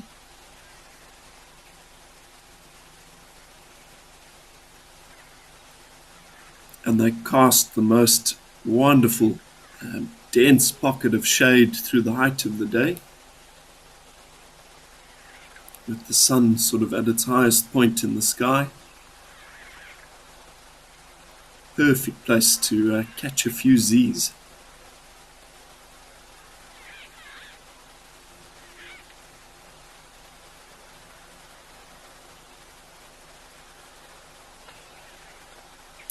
So that necking behavior being practiced by the two kind of in the far right part of the screen there. It's all fairly gentle at this stage. This is what we would call jousting. So it's kind of males just practicing. But when two evenly matched males battle like this for real, and they are essentially once again battling for the favor of the females, battling for that top position in the hierarchy, these fights can actually be fatal. The aim of the game being to swing your head kind of up underneath your competitor, hook his legs, pull them out from under him and get him to fall onto the ground. It was captured beautifully in one of the incredible BBC specials. I think it was a BBC Africa, and narrated by the unbeatable David Attenborough. Yeah, and they captured footage of a giraffe bull taking a tumble like that, literally falling flat onto the ground. Doesn't seem like too much of a serious thing, but you can imagine that skull smacking onto the ground from 5 meters up. Certainly enough to concuss them. And giraffe physiology is such a fine balance of sort of physics. The way that blood is pumped up to the brain. So it doesn't do a giraffe any good to be flat on the ground for too long. I think in that case the bull did get up, but in some cases it kills them. This, though, once again is just practice. It's preparing them for battles that will one day be a lot more real.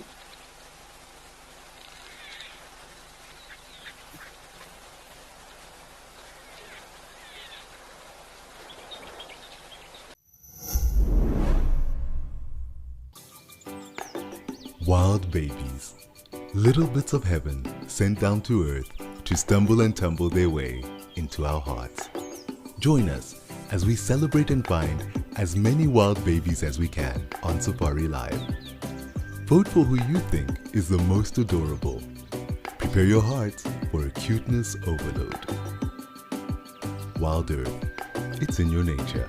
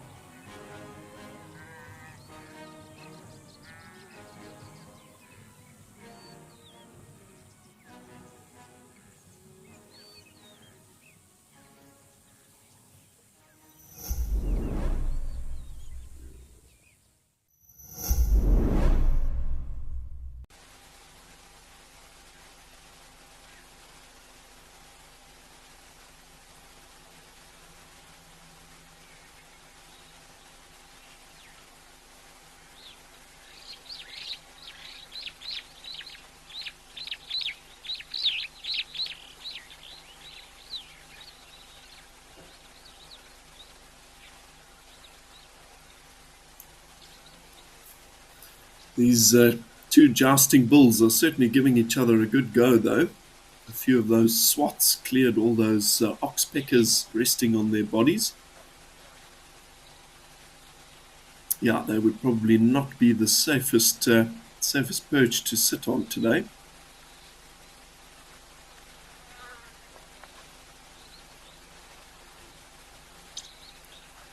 You'll notice the bulls seem to kind of spread their legs out in an attempt to make their bodies a bit more stable. They've got a pretty high center of gravity, so very, very easy to get knocked over by a well-placed biff from their competitor.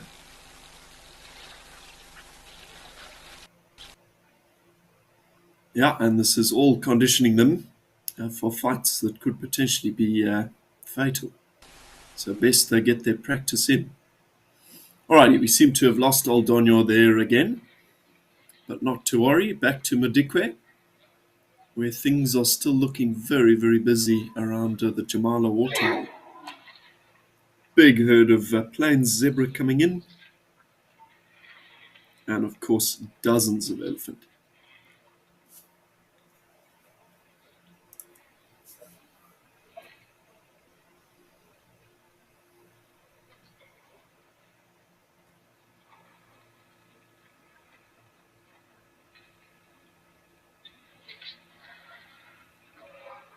I wonder if this big guy off on the right is not the must bull that was causing a bit of trouble earlier.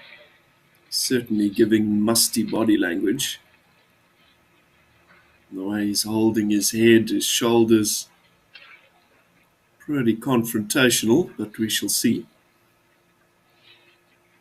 Interesting that as soon as he turned left, and the other sort of evenly matched bull a bit further over to that left-hand side immediately turned away. As if to say, I'm not up for the challenge. I'm not really keen to fight with you today.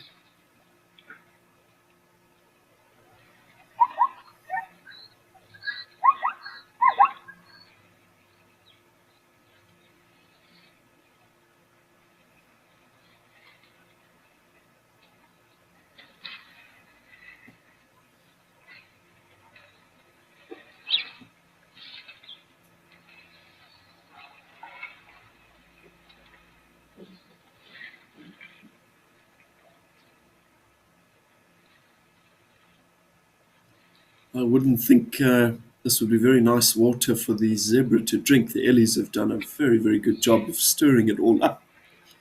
But I guess they don't really have too much of a choice.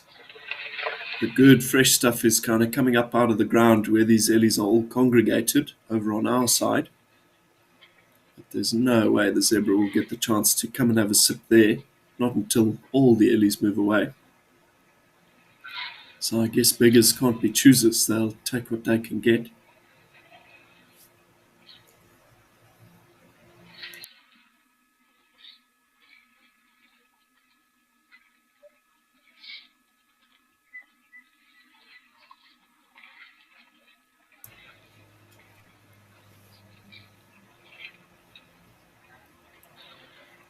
Sarah, good afternoon to you in the UK. Hope you're having a nice day out there. So certainly pretty much all the wildlife visiting this pan will come and drink around the water outlet, provided the ellies are not stood there at the top. Yeah, definitely that must be. He's being super cheeky.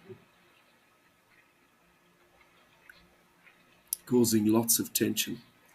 Yeah, obviously animals just like us prefer to drink the freshest water wherever possible. Elephant in particular are very, very particular when it comes to getting a fresh gulp of water to drink. They will often avoid waterholes altogether, even after marching for miles and miles if the water is just too filthy. They might chuck a bit on their back, but if it's really stagnant, really filthy, further than a mud wallow, they just won't do it. But I'm sure in the absence of ellies here, you get all the big predators, all the herbivore species coming right down to this this outlet and actually drinking there.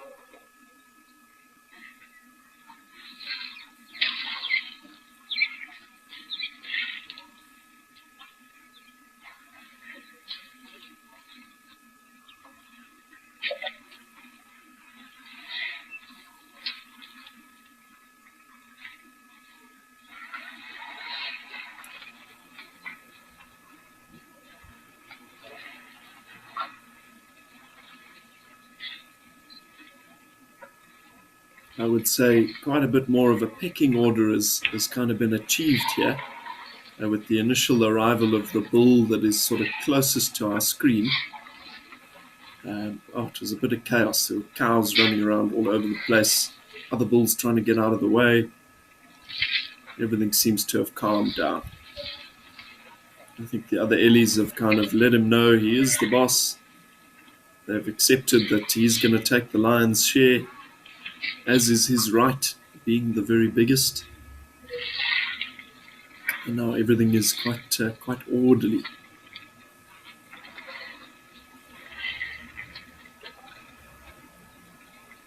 A warthog coming down in the background as well. Looks like two having a bit of a wallow behind that branch. Getting a good dunking in.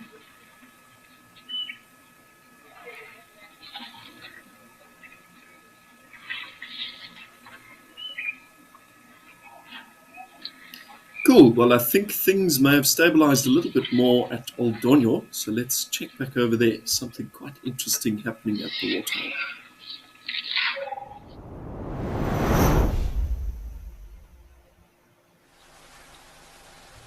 Oh, check it out. What? So we have got the magnificent 1 ton. This is an elephant bull I have wanted to see for my entire time at WildEarth. On the backdrop of Kilimanjaro. Can you believe it? Oh, jeepers. Certainly, without a doubt, one of Africa's finest elephant tuskers. Jeez, like, that is a massive elephant bull.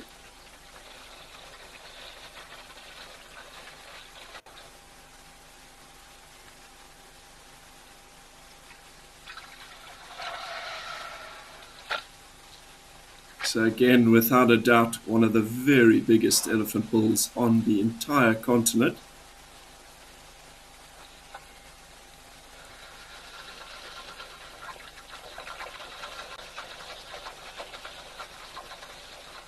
And his askari, this bachelor that's with him, is not too shabby either.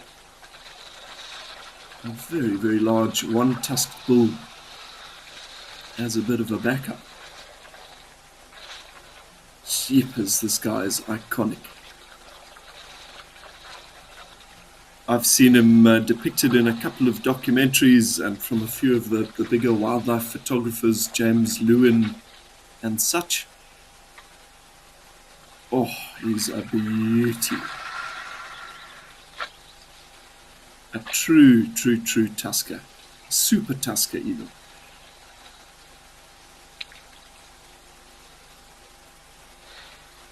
We are so lucky this afternoon. That is unreal stuff. It is for this reason that Old Donyo is pretty high up on my bucket list of spots to go and visit. Certainly as far as the African locations go.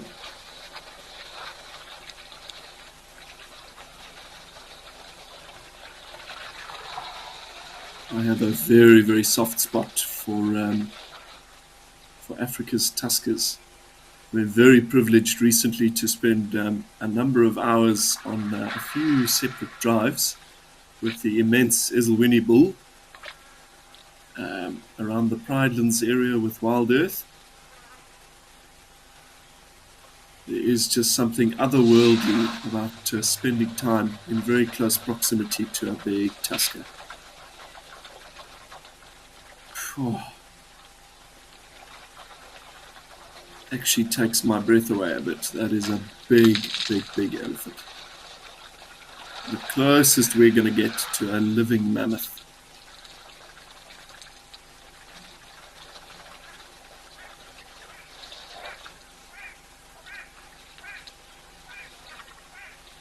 One ton, you beauty.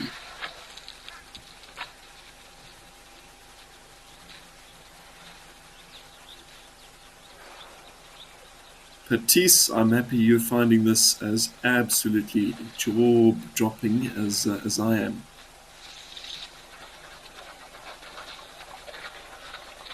There are probably less than 50 bulls in the same kind of category as wonton here on the left over the entire continent of Africa. So that is by far one of the rarest possible scenes we could show you. They are so special. Unfortunately, years of ivory hunting by the Europeans, as well as fairly consistent ivory poaching in the modern days for those tusks, has meant that they're just not that much of a common scene anymore, a common sighting. Thankfully, though, apparently, elephant cows find these large tusked bulls the most attractive options when it comes to choosing a bull to mate with. So, with that in mind, there are probably a whole lot of females out there carrying the babies of these big bulls and potentially running around with calves that already possess the genes for enormous tusks. So in the coming elephant generations, we're going to be seeing more of these big bulls, provided we can keep these populations safe. Jeepers, you just can't look away. He's massive.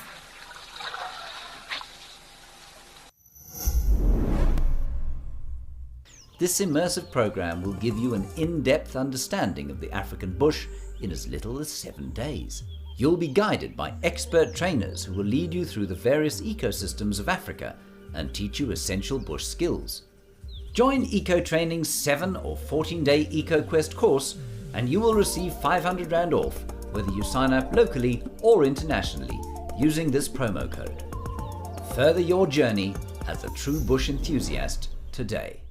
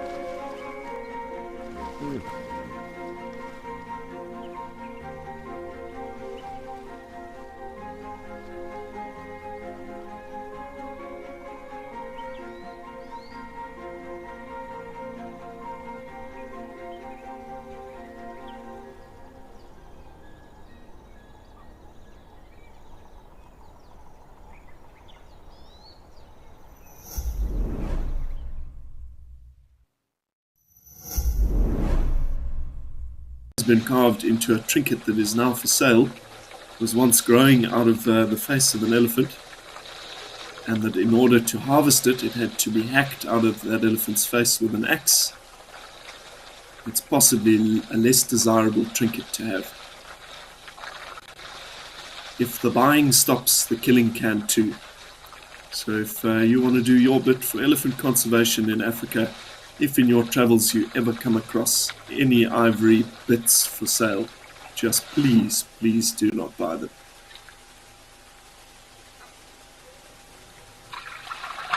The only thing that needs an ivory tusk is an elephant. And I think many other African nations should be taking a leaf out of Kenya's book. The penalties for ivory poaching in this country are enormously, enormously strict. And Kenya is very, very good when they do seize ivory that is sort of being trafficked out of the country. They store it in stockpiles. And then every so often, once they've amassed a couple of 100 tons of it, and seriously 100 or so tons at a time, they heap it all in a big pile in a field, coat it in petrol and set it on fire. Destroy it. I think all of our nations should be doing the same thing. And unfortunately, Kenya is the only one at this stage that actually does that. In my view, the worry, if it is sitting in stockpiles, is that with the very corrupt governments, of which there are many, that ivory could quite easily be traded on the black market by dodgy officials. Burn it. It has no value unless we give it a value. Just destroy it. The only place it should be is in the skull of an elephant. Oh, 1 ton! This is amazing. That has absolutely made my day. I knew there was the potential of seeing this guy around Oldonyo, but I've done a fair few of these live at the Waterhole shows already, and never had him live. Amazing.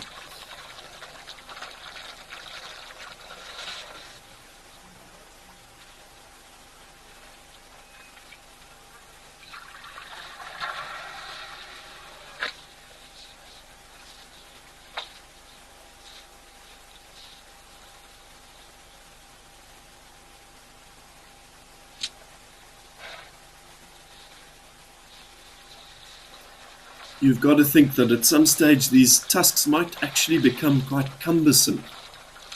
Obviously the growth happens fairly steadily through their life and then accelerates kind of in the final 10 or 15 years of that bull's life, with the majority of the length and the sort of weight coming on in that final bit. So I suppose his body does have time to sort of grow a bit more muscle and strengthen all the tendons in the neck and the shoulders to support them. But surely, with them that long, they've got to catch on things that must be pretty impractical.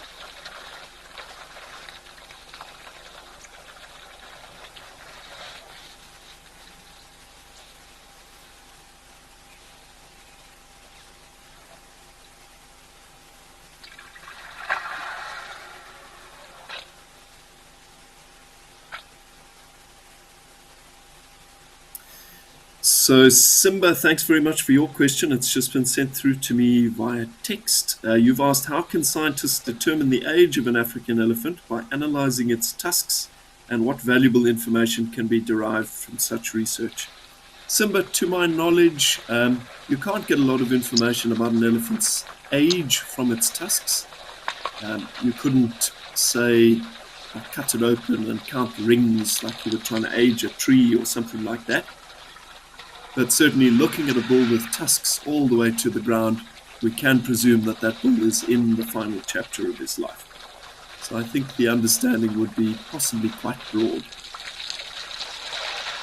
That's my knowledge anyway.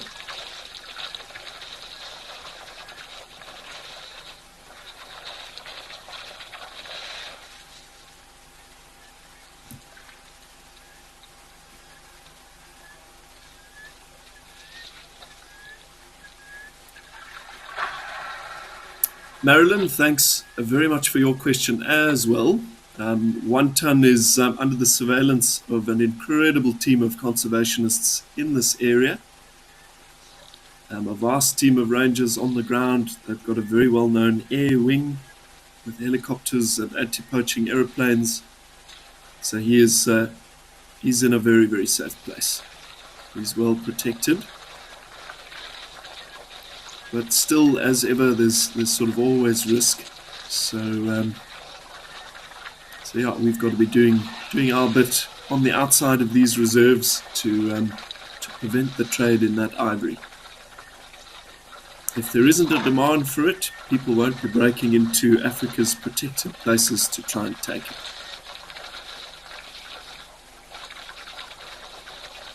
And there's a wonderful documentary on Netflix called The Ivory Game, which if you haven't seen it, you must check it out. 1 Ton features pretty prominently in there, and that'll give you some idea of what's being done in the Soldonyo area and Africa as kind of a greater whole to try and protect elephants and a number of other species. Yeah, there are quite literally armies of people out there risking their lives to ensure that these iconic tuskers are still here for future generations, as they should be. These tusks are also a testament to 1 Ton's personality. It's an indication, to some degree, of what he's like when he goes through a must cycle. Bulls that are more likely to engage in confrontational behavior when they are in must often end up with very badly broken tusks. The fact that 1 Ton has got this big and still has 2 beautifully fully formed tusks indicates he's a wonderful bull. Very, very nice and relaxed.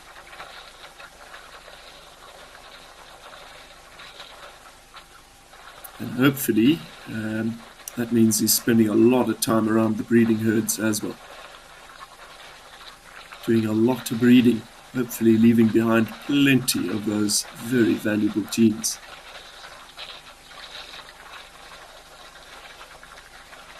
This chap on his right is nothing to be scoffed at either.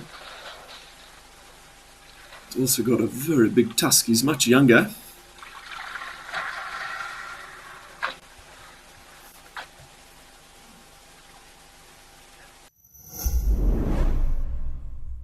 Are you scared of the dark? Bats? Spiders? Hold on to your broomsticks because this spooky season, we are keeping it real with our Halloween fireside chat. Join us as we get dressed up and debunk myths behind some of our seemingly scary safari friends. Catch the thrills and chills this Halloween. Bugs and Hisses. WildEarth.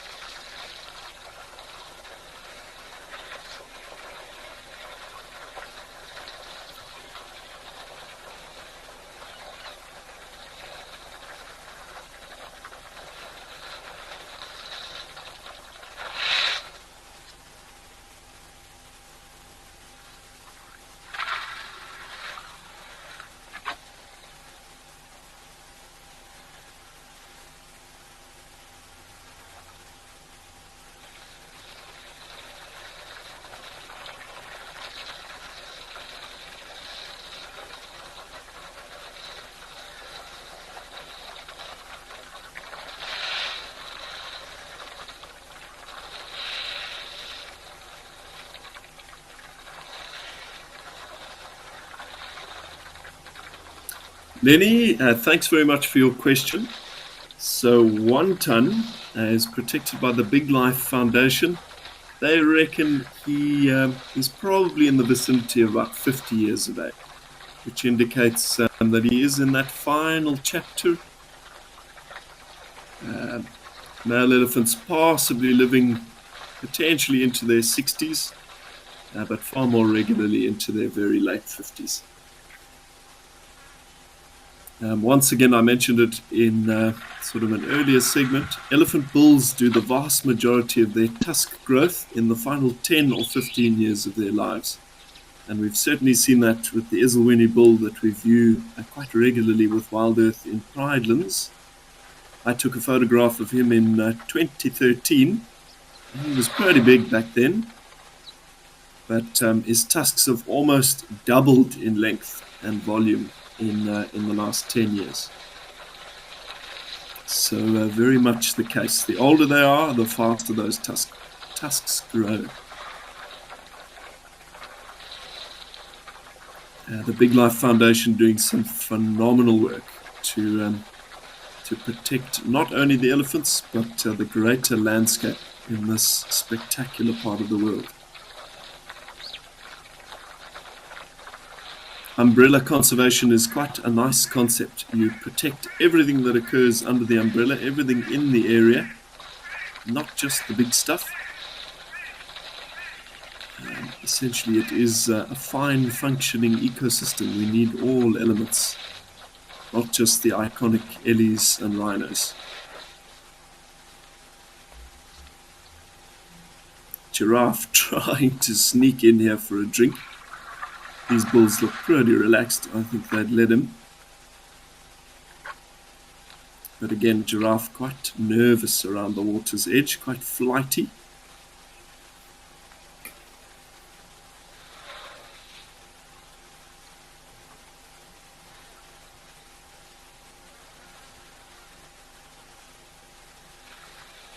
I could not be more thrilled that we've been lucky enough to see this guy today.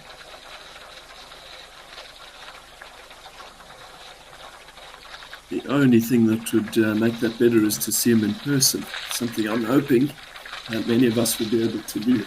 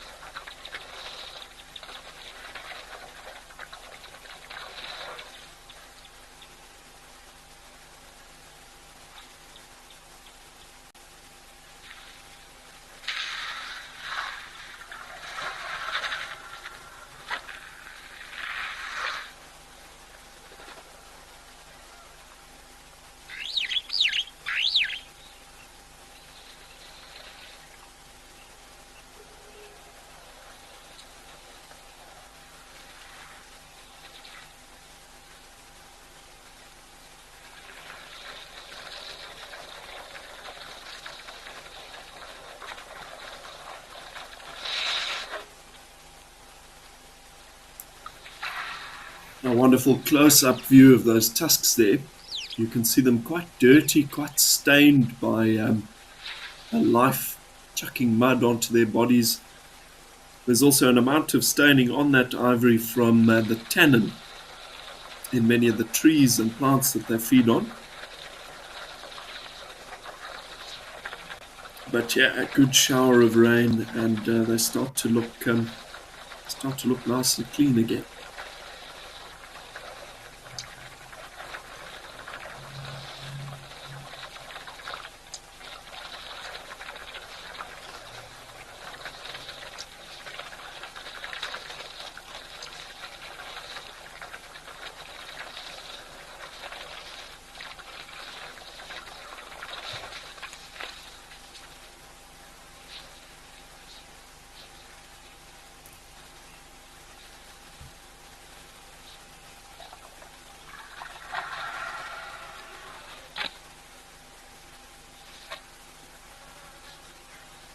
Such an intelligent old beast.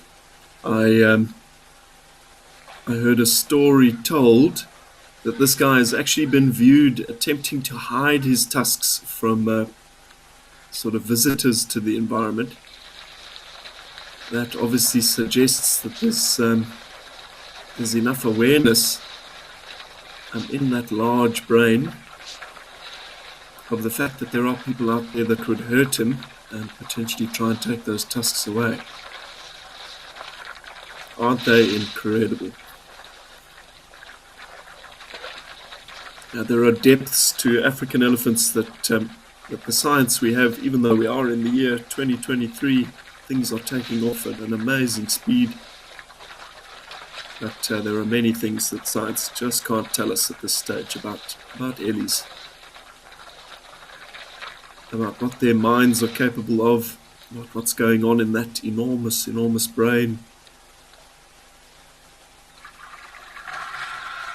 Now, whatever the answer is, though, we do know they are highly, highly intelligent, hypersensitive, very emotional. We should be protecting them.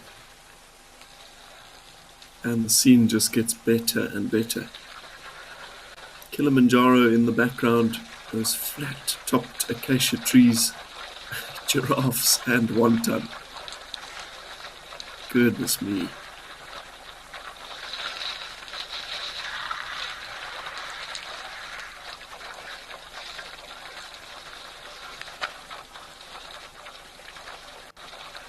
Some wonderful interactions between these two big bulls. See a lot of very gentle physical contact. And there's a strong potential that Eco Training's professional field guide course can make your dreams a reality. This comprehensive program comprises 5 months of theoretical and practical training in the African bush with highly qualified instructors in multiple locations. Enroll today and receive 5,000 Rand off using the promo code. If you've just finished school or tertiary education and you want to head into the wild, Eco Training's professional field guide course is for you.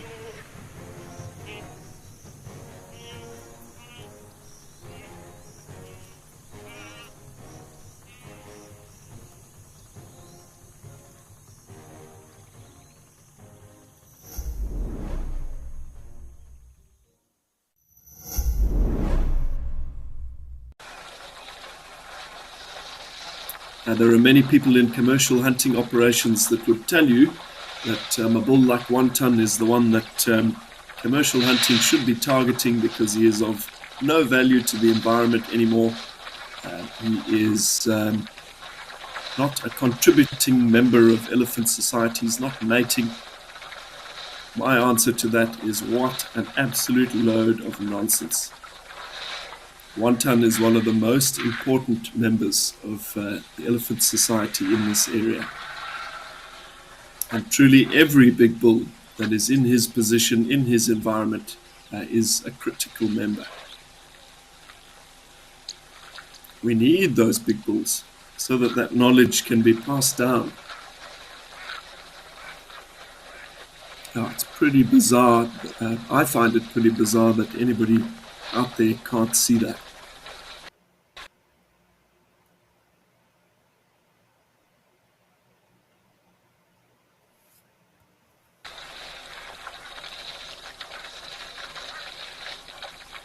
A little bit of picture break up there. I'm really hoping we're not going to lose the feed to Old Donyo. It has been a bit touch and go this afternoon.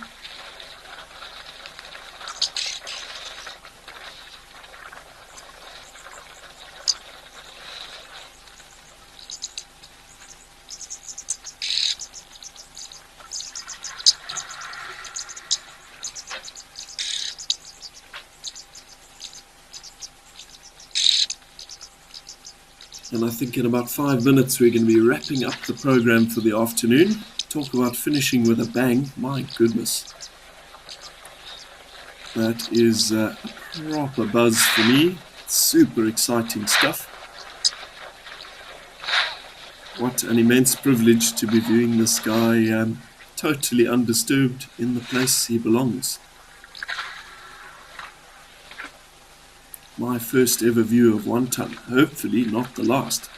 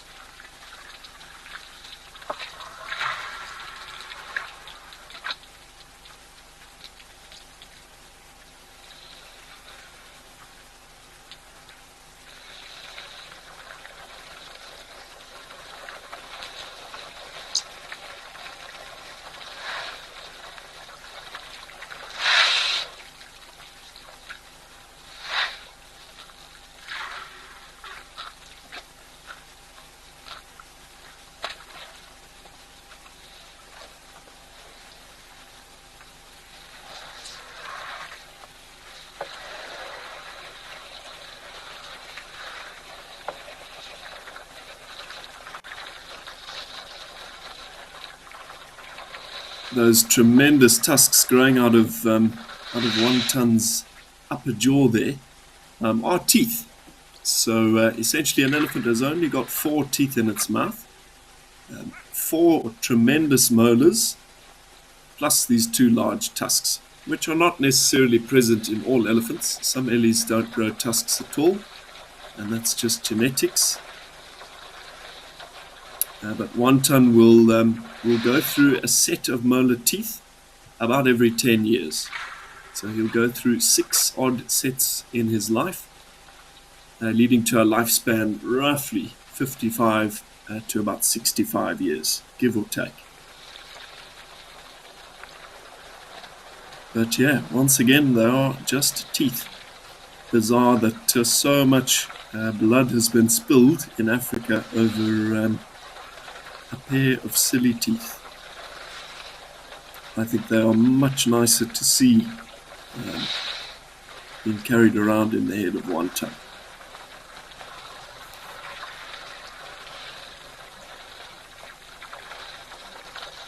Ian, you and me both, it simply does not get better than that. Very, very happy to have had you on board for the program this afternoon. It has been an absolute winner. In a little less than 2 minutes, we're going to be wrapping up the program for the afternoon. So from myself, Liam Burrow, the naturalist, at Tadiwa, the director behind the scenes in our Rivonia office in Johannesburg, the entire WildEarth and Africam teams all the people doing the hard work behind the scenes. Yeah, we'd like to thank you for taking the time to join us. And as always, the show will go on again tomorrow afternoon, tomorrow morning. So we hope to have you on board again tomorrow. But wherever you are in the world, I hope you're having a lovely day. Hope you've got some wildlife quite close to you. And never forget the value of nature. But from myself, thanks again, and enjoy the day, and cheers.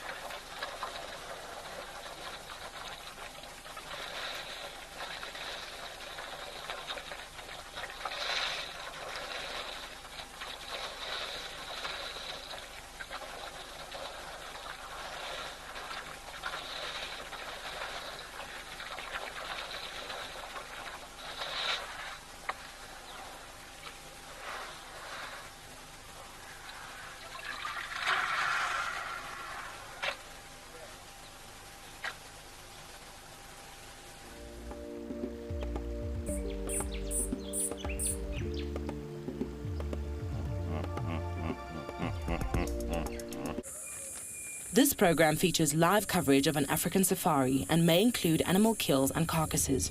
Viewer discretion is advised.